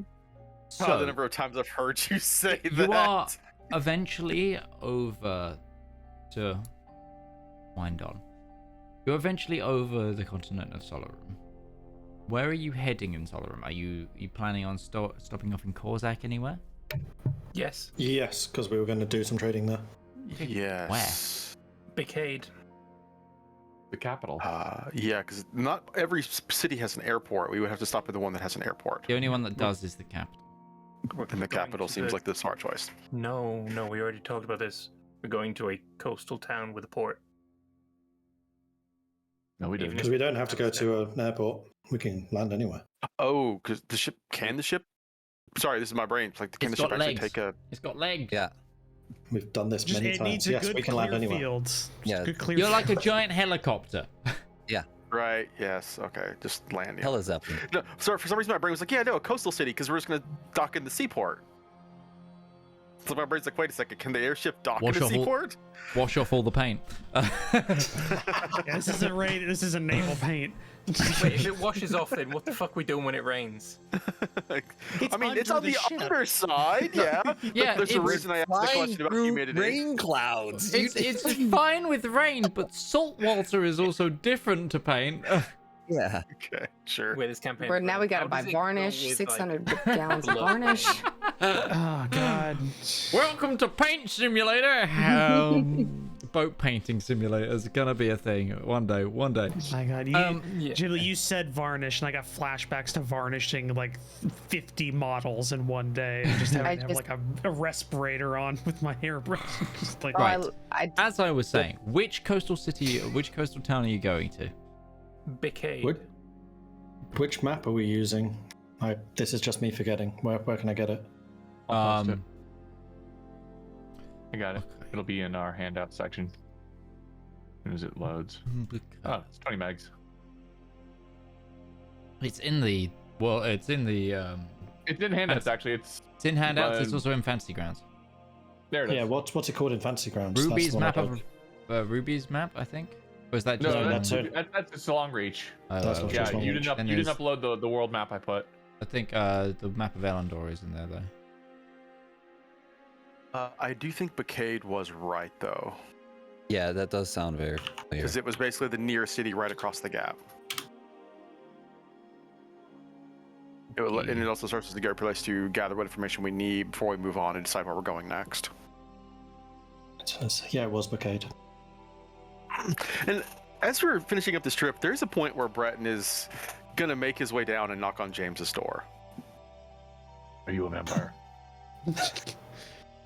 He'll yes. Come in. He's just he's not wearing his armor. He's just there. He has his weapons with him, but he doesn't go anywhere on the ship without his weapons. She's like, "Yeah, James. I just wanted to have to take a moment. This has come up." When you walk in, he'll be standing upside down on the ceiling, reading a book upside down. And then it explodes into 1,000 bats.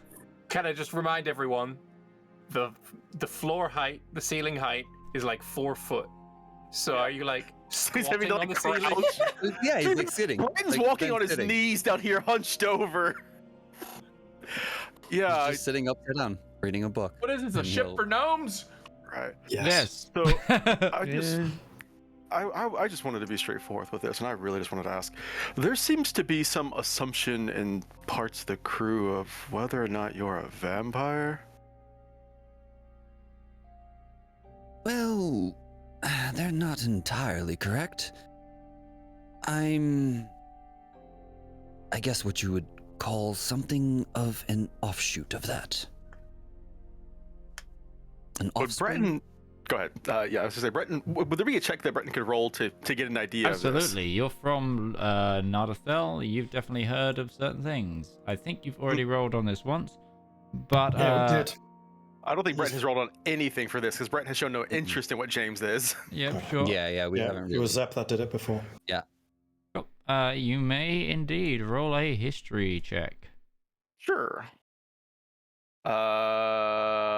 16. 16. Okay. You are acutely aware of some of the afflictions and maledicts that affect the populace of Havaré. It is a place that often knights will go on quests to, despite being one of the kingdoms of Nardathel, to essentially go and defeat evils. The people there are considered untrustworthy and plagued by mysterious illnesses that afflict even the blood. Its unhospitable climes as well make it far less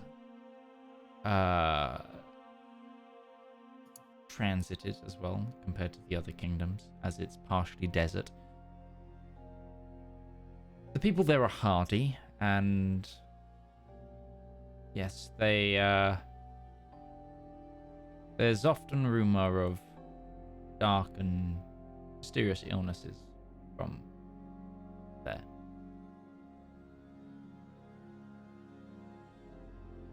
Okay. I'm not sure how that narrows down anything he knows here, but Breton will just say, so you're not a vampire, you're something related to it. And at this point, Breton will just give a divine sense, for instance, Kerm, there is no feeling of undeath for him, correct? Correct. Yeah, so he's definitely a human. Yeah. Okay. Yeah, you divine sense to me when we first met, and I do remember doing that. He's double checking here just to make sure.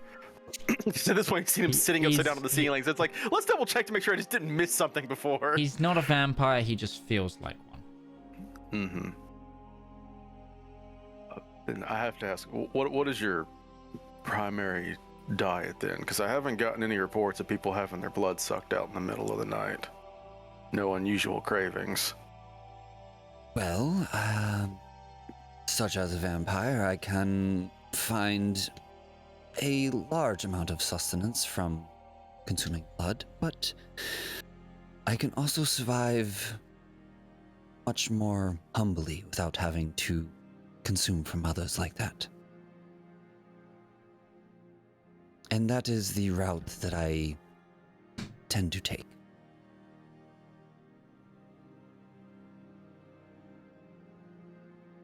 Well, I mean, we've been traveling together for a couple weeks now, and I haven't seen anything unusual pop up, no missing bodies, so things seem fine. I'm willing to give you the benefit of the doubt. And considering your conversation with Valmir, it seems like you certainly have a placement in the moral alignment that makes you feel like you want to stick to it. I'm gonna keep a bit of an eye on you.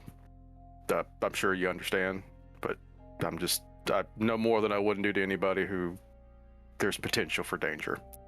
He'll give you a smile. Open, kind of, you'll see his teeth and stuff. There's no fangs present at point, I'd say.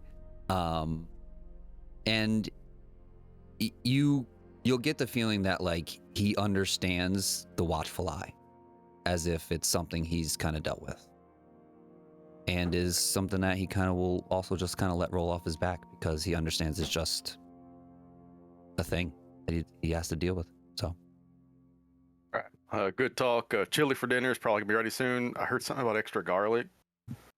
I don't know if that's you'll be fine. Sorry, I'll start walking away.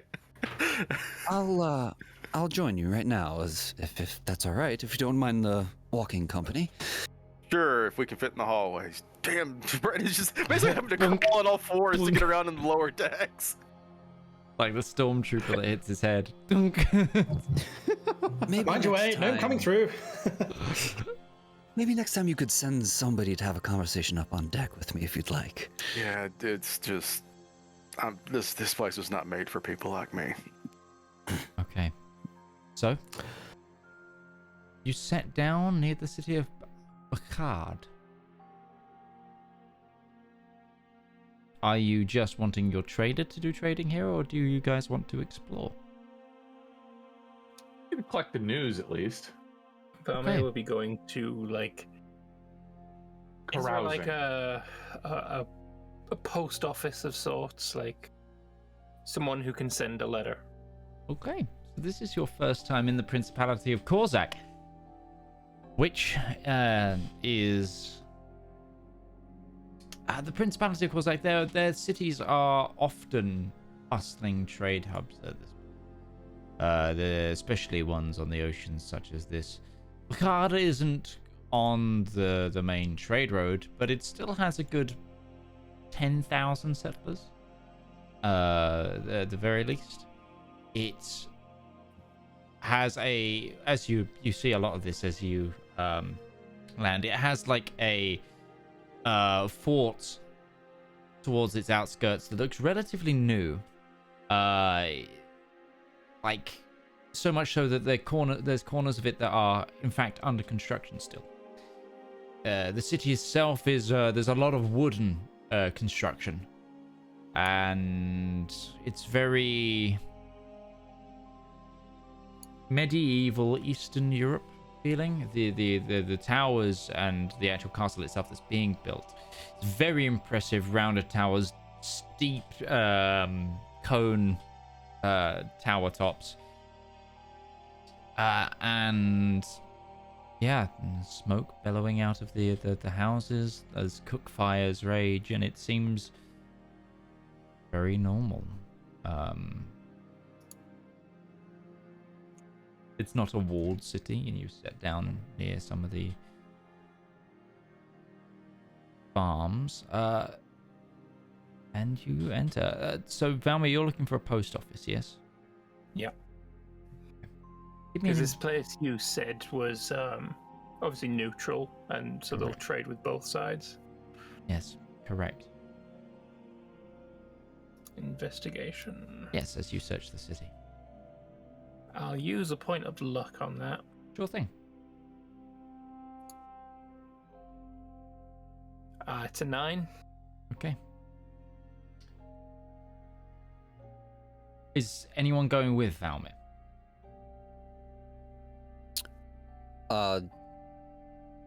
Beth, you said you were going to go out and listen for rumors and stuff. To go out alone. You tell me. But yeah, Breton was Brett was gonna make a point of going out and seeing if not with Valmir, but just going out to see. He was basically going to ask around and talk to people like, hey, if we were looking for a place to learn about, you know, the history of Korzak and the surrounding region, the local legends and all kinds of stuff, where would be the best place to start looking into something like that? And Sol will be with him in her with Breton. black breastplate. Yeah. Is anyone with Valmir? Was my question. No. I will point out, you all know why I'm going, and if you gave a shit about Gourd, you probably would have come with me. I'd be going with Valmir as part of also speaking with him and attempting to go do some research if we could find some sort of library or archive or something to try and see what we're actually going to be up against eventually. Sure. So I'd be with him. Okay, so those of you who are with Valmir, and Valmir is sending a letter to try and rescue Gourd, so I'm guessing Zedaar as well is going. I have in my inventory that forged letter, but this is something different, right? Yeah. This is Okay. Valmir requesting Mother Dearest by Gaudry. Okay, I'm going to not go with him, and Okay. I'm instead going to give him my last remaining 50 gold for a courier, and just say, sure. This is to send the letter. Please get Gourd back. So, Valmir and James, as you turn down one of the streets, you stop as you see the telltale armor and cloak of an Eladrin captain with 5 Eladrin soldiers. They are sat at a cafe.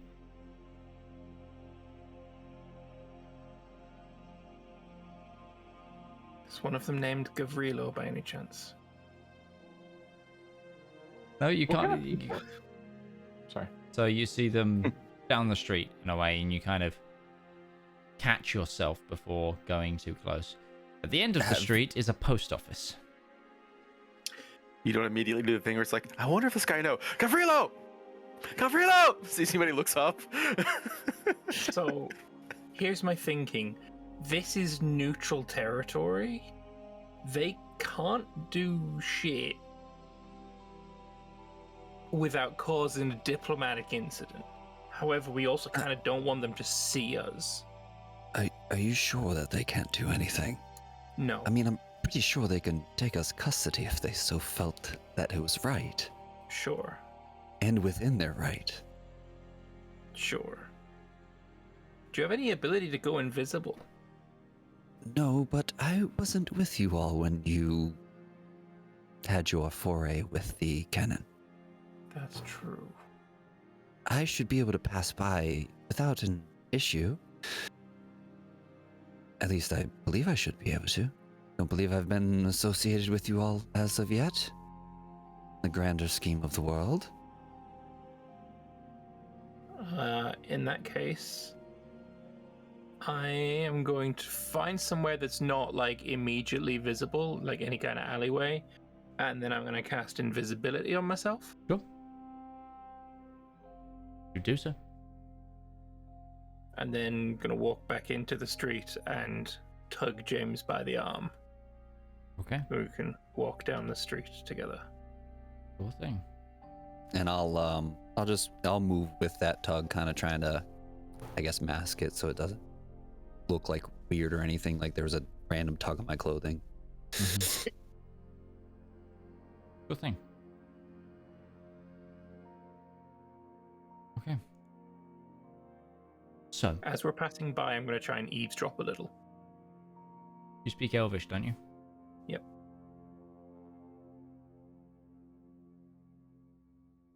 Okay.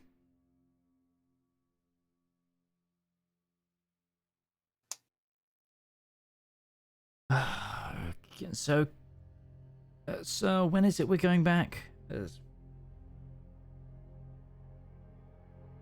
We've got about 3 more days to gather supply and get rested before we're due back on duty. After that, I think we're being recalled. That's what you hear. Okay. I guess I'm kind of imagining that they're not going to be like aware of exactly who I am. I'm not going to drop invisibility, but I think we're not being hunted here. So I'm just going to continue going to the post office. Okay, you do so. And I'll as part of that, I guess, so that he could drop invisibility and go in, I would walk with him towards some kind of alleyway or place so it doesn't look weird that, I just stop randomly and wait for somebody. Sure thing. Yeah. Okay. You do so, and you get into the post office. It's a large stone building with like a glass front. And as you go in, there's a big burly like blue orc at the door. Looks like kind of, he's got like a wooden it's like a blackjack, like a hitting stick. And he's in like padded clothing with like a little bit of a, it's got like a boot, a white boot with wings sort of embroidered in. He's like just kind of keeping an eye on everyone, and then there's like tellers in front. I'll go up to him and say, good sir, are you able to, are you a courier service for mail, letters? of the utmost priority. We can send shit, yes. Go And, to one of roughly- tellers, tell them where you're sending, and they will tell you how much. Thank you. I will do exactly that. I go up to a teller and say, I wish to send a letter of correspondence to Kensek Keep in the Eladrin Empire. This is priority mail, and I will pay for it to be treated as such. You go to a sort of fair-haired, half-orc woman who looks up at you, takes off her spectacles, flicked through some documents, and Kensik. Ah, yes, okay. So Kensik, this Underdark, you're going to take the Underdark package and its priority mail, you say. It will cost you 106 gold pieces, depending on the weight of your package. It is just paper. Then 106 gold pieces. And I'm going to take out a blank piece of paper and a quill, and I'm going to start writing the letter. For an extra 20 gold pieces, we can have a enchantment put on it, so you know when it gets opened. Yes, I would like that. Okay. Can it make it so that it can only be opened by a certain person as well, or if the enchantment? We certainly can. That is an extra 50 gold pieces. Sure, that works as well. So for 176 gold pieces, expect delivery within the next month. Can it be any faster than that? We offer next day delivery via teleportation, but that's a pretty penny. How much is a pretty penny?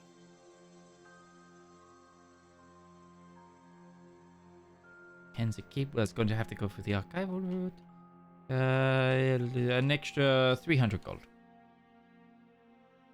I'll do it. Okay. 476 gold. And we will have that prepped for you as soon as you have the letter written. Alright, so I'm going to start scribbling in Undercommon. And I don't know if James can understand Undercommon. But it's going to say, Mother, I hope you are doing well. I won't waste your time asking for forgiveness, but I trust you understand the reasons I had for the actions I took. The Kensek's involvement in this war is known to me, as I saw our banners in the city of Isran. And it seems I found myself on the opposite side. I believe you're aware of my movements this last year, but if not, I've been running with a group of very capable people, and we were in Lagerungsland when the war broke out. On our travels since, one of the people I'd grown to trust, a Leonin by the name of Gourd, was captured by the Eladrin in Retbury, and he's currently en route to be planted in the Traitor's Road. I know I don't have much favor with you right now, but if you could do this one thing for me, please, purchase this Leonin, my friend, and keep his tree safe. He does not deserve the punishment that has been meted out to him, and was merely a pawn in the Eladrin's games. I believe he is, as of writing this letter, in the custody of the Kenseks I saw in Isran. Please contact them and have my friend brought to Kensek. With mournful sorrow, your son, Valmir. Okay, you write it. And seal it. Are you sealing it with any particular? If they have any purple wax. They have purple wax. And It's an extra gold piece. Of course it is. And my signet ring. There's a wax melting station on the teller's desk, and you can seal it. And how much is that costing me? 477. 477. 477 gold pieces. So I'll take off 427 because of the gold that Siraj gave me. I will open my calculator and do it.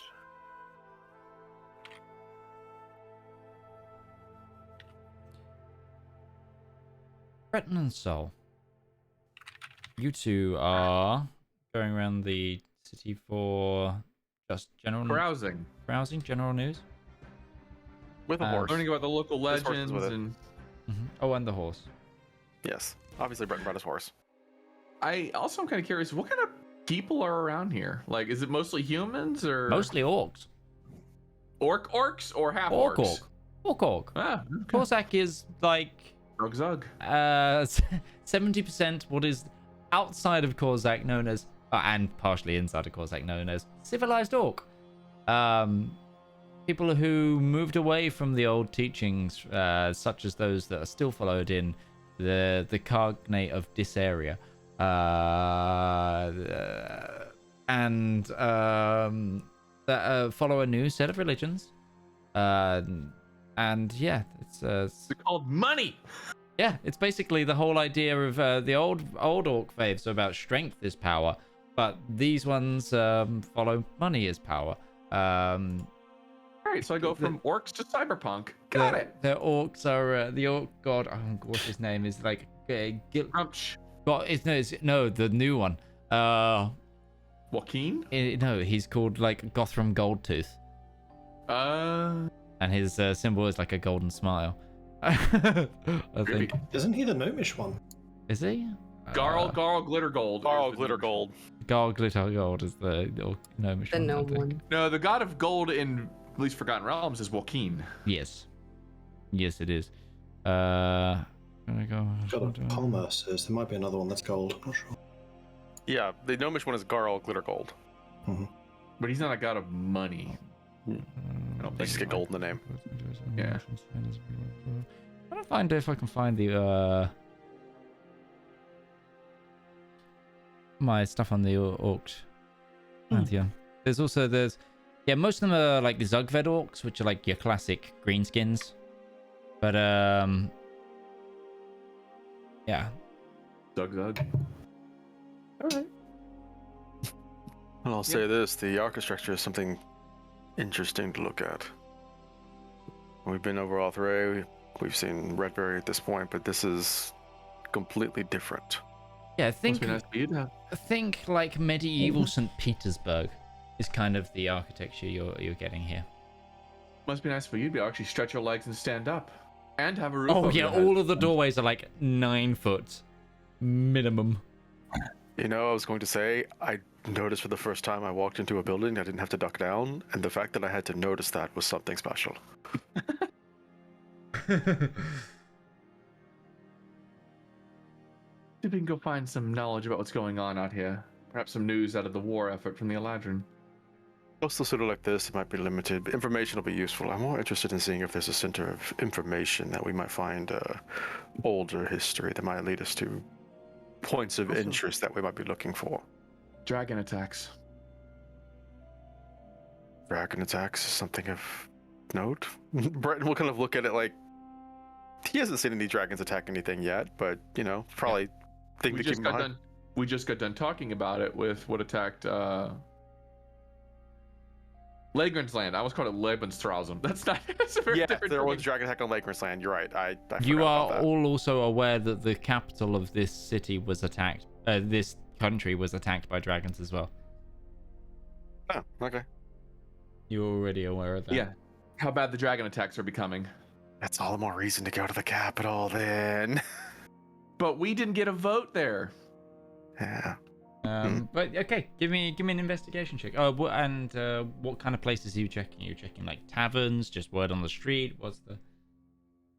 Would you allow an argument? Would you allow an argument for just the most charming two individuals trying to persuade people?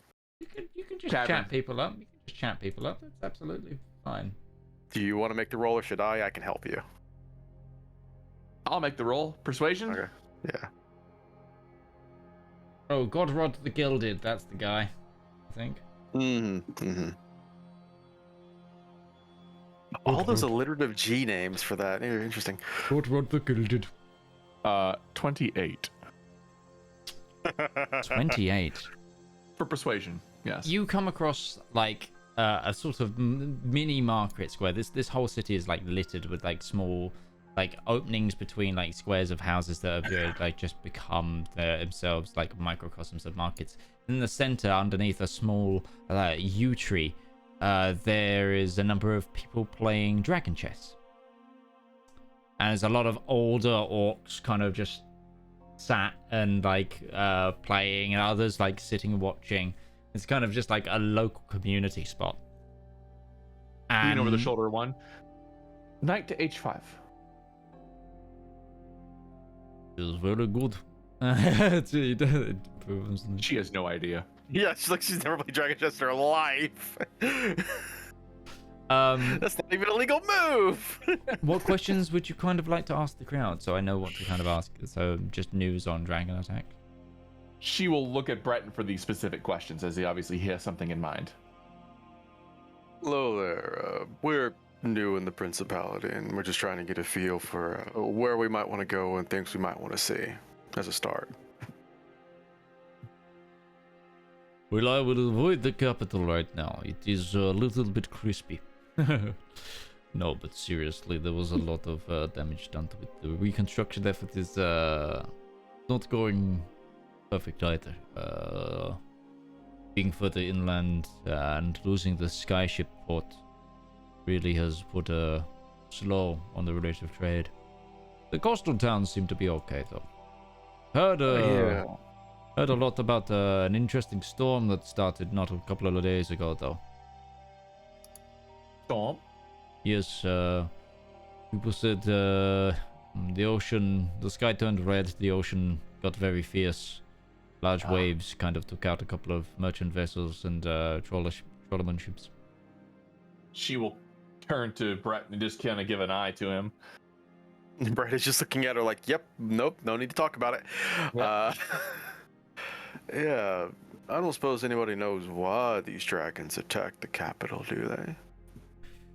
Another one pipes up, a sort of yellowish skinned orc, kind of like lighter green sort of color. You would almost say that this individual was like a goblin if it weren't for the height being more like 5'6", 5'7". They say it is happening in lots of places. The only place that hasn't had an issue seems to be Atria. I'm not sure why there. There's a lot of talk in some of the dwarven halls that it's Atrian fault, but they're always looking for an excuse to move their armies that way. But they wouldn't be doing that anyway. They've got some labor issues right now anyway. What do you mean labor issues? Oh, just there's whilst on the map the nation is but one, the king, is just the Zardom is fine, but a number of the halls now belong to the guilds rather than the Zardom itself.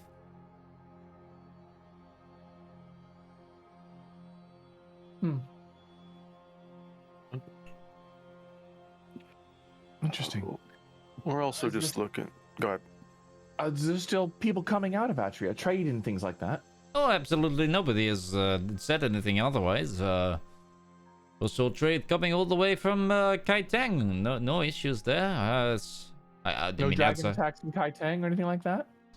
Word travels slowly from Kaitang, and not that I know of.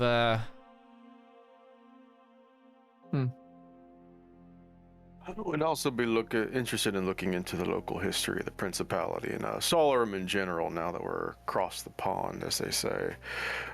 Any old history, ancient history, stuff that stretches back about as far as you can think. Any idea where we could find something like that? Oldest bookstores, conclaves of knowledge. The slender sort of shorter orc kind of goes into a thinking pose, and then an older orc sat at another table like slaps him in the chest and goes, "Don't listen to Zephrith, he doesn't know how to think." And then another one just goes, the capital had the archives. I don't know what they're like. The principality is not, it is a, we have a lot of oral traditions. The land itself used to be various, Solarum is not like the east. We are outside of Kaitang and Atria. The rest of the places are a little newer. We have different priorities. I will say that there is a library in the coastal city of Orod, though. They might have something, but most of our schooling is in finance, sailing, hard work. You're more likely to find ancient knowledge in somewhere like Gundish, or in one of the Zardam's holds, or maybe going all the way to Abawar in the Caliphate. Well, that is some real useful information that you all give us. I suppose the last question I have is, well, obviously we're new here, and my friend here loves to experience local cuisine and cooking, just learn from what she can. Any place you might recommend to find meal or drink? Yes, go to the Grand Fur Markets just off of the docks. Street food there is hard to beat anywhere. Why don't you treat yourself to some of that on me? And Breton's just gonna set 5 gold coins on the counter, next to their table. Gold grabs it, goes to the market. Yuri, tonight is going to be a good night, and they like give you they shake your hand and say, "Would you like to play a game?" I don't have much gift in the way of a dragon chess, but you two enjoy yourselves. And it's what you get. Are you actually proficient in dragon chess? Where am I? Darius, are you doing anything in particular? Is it? I thought we. Or am I getting my days mixed up in terms of start and end times? Oh no, you're right. You're at the at the end mark. Right at it, yes. Is there anything that you would like to get in just before we close out then? Probably wouldn't be able to get it in under 30 seconds. So sure, no. we'll save it for next week though. But please remind me that we're coming to you. Like put a note in our like one-to-one chat that will come to you at That's the beginning. my inner DM. Like, all right, let's fill in the rest of this hour. Make sure people get their money's worth. Apologies for that. Well, anyway, then I guess all we have left to do today is to say, thank you everybody for watching, and to thank everyone who has been playing. I have been joined by the wonderful DM Opal, DM Lake, Lord Lambert, Massar Roach, Mordred Viking, Kinda Odder, and Ghibli Jam. I've been Midgeman. You've been watching the Elendor Chronicles Season 3. I get to say that now. Join us back here for more Component Cast tomorrow. And, of course, check out the trailers for all of our upcoming broadcasts. But without further ado, have a lovely, wonderful rest of your time.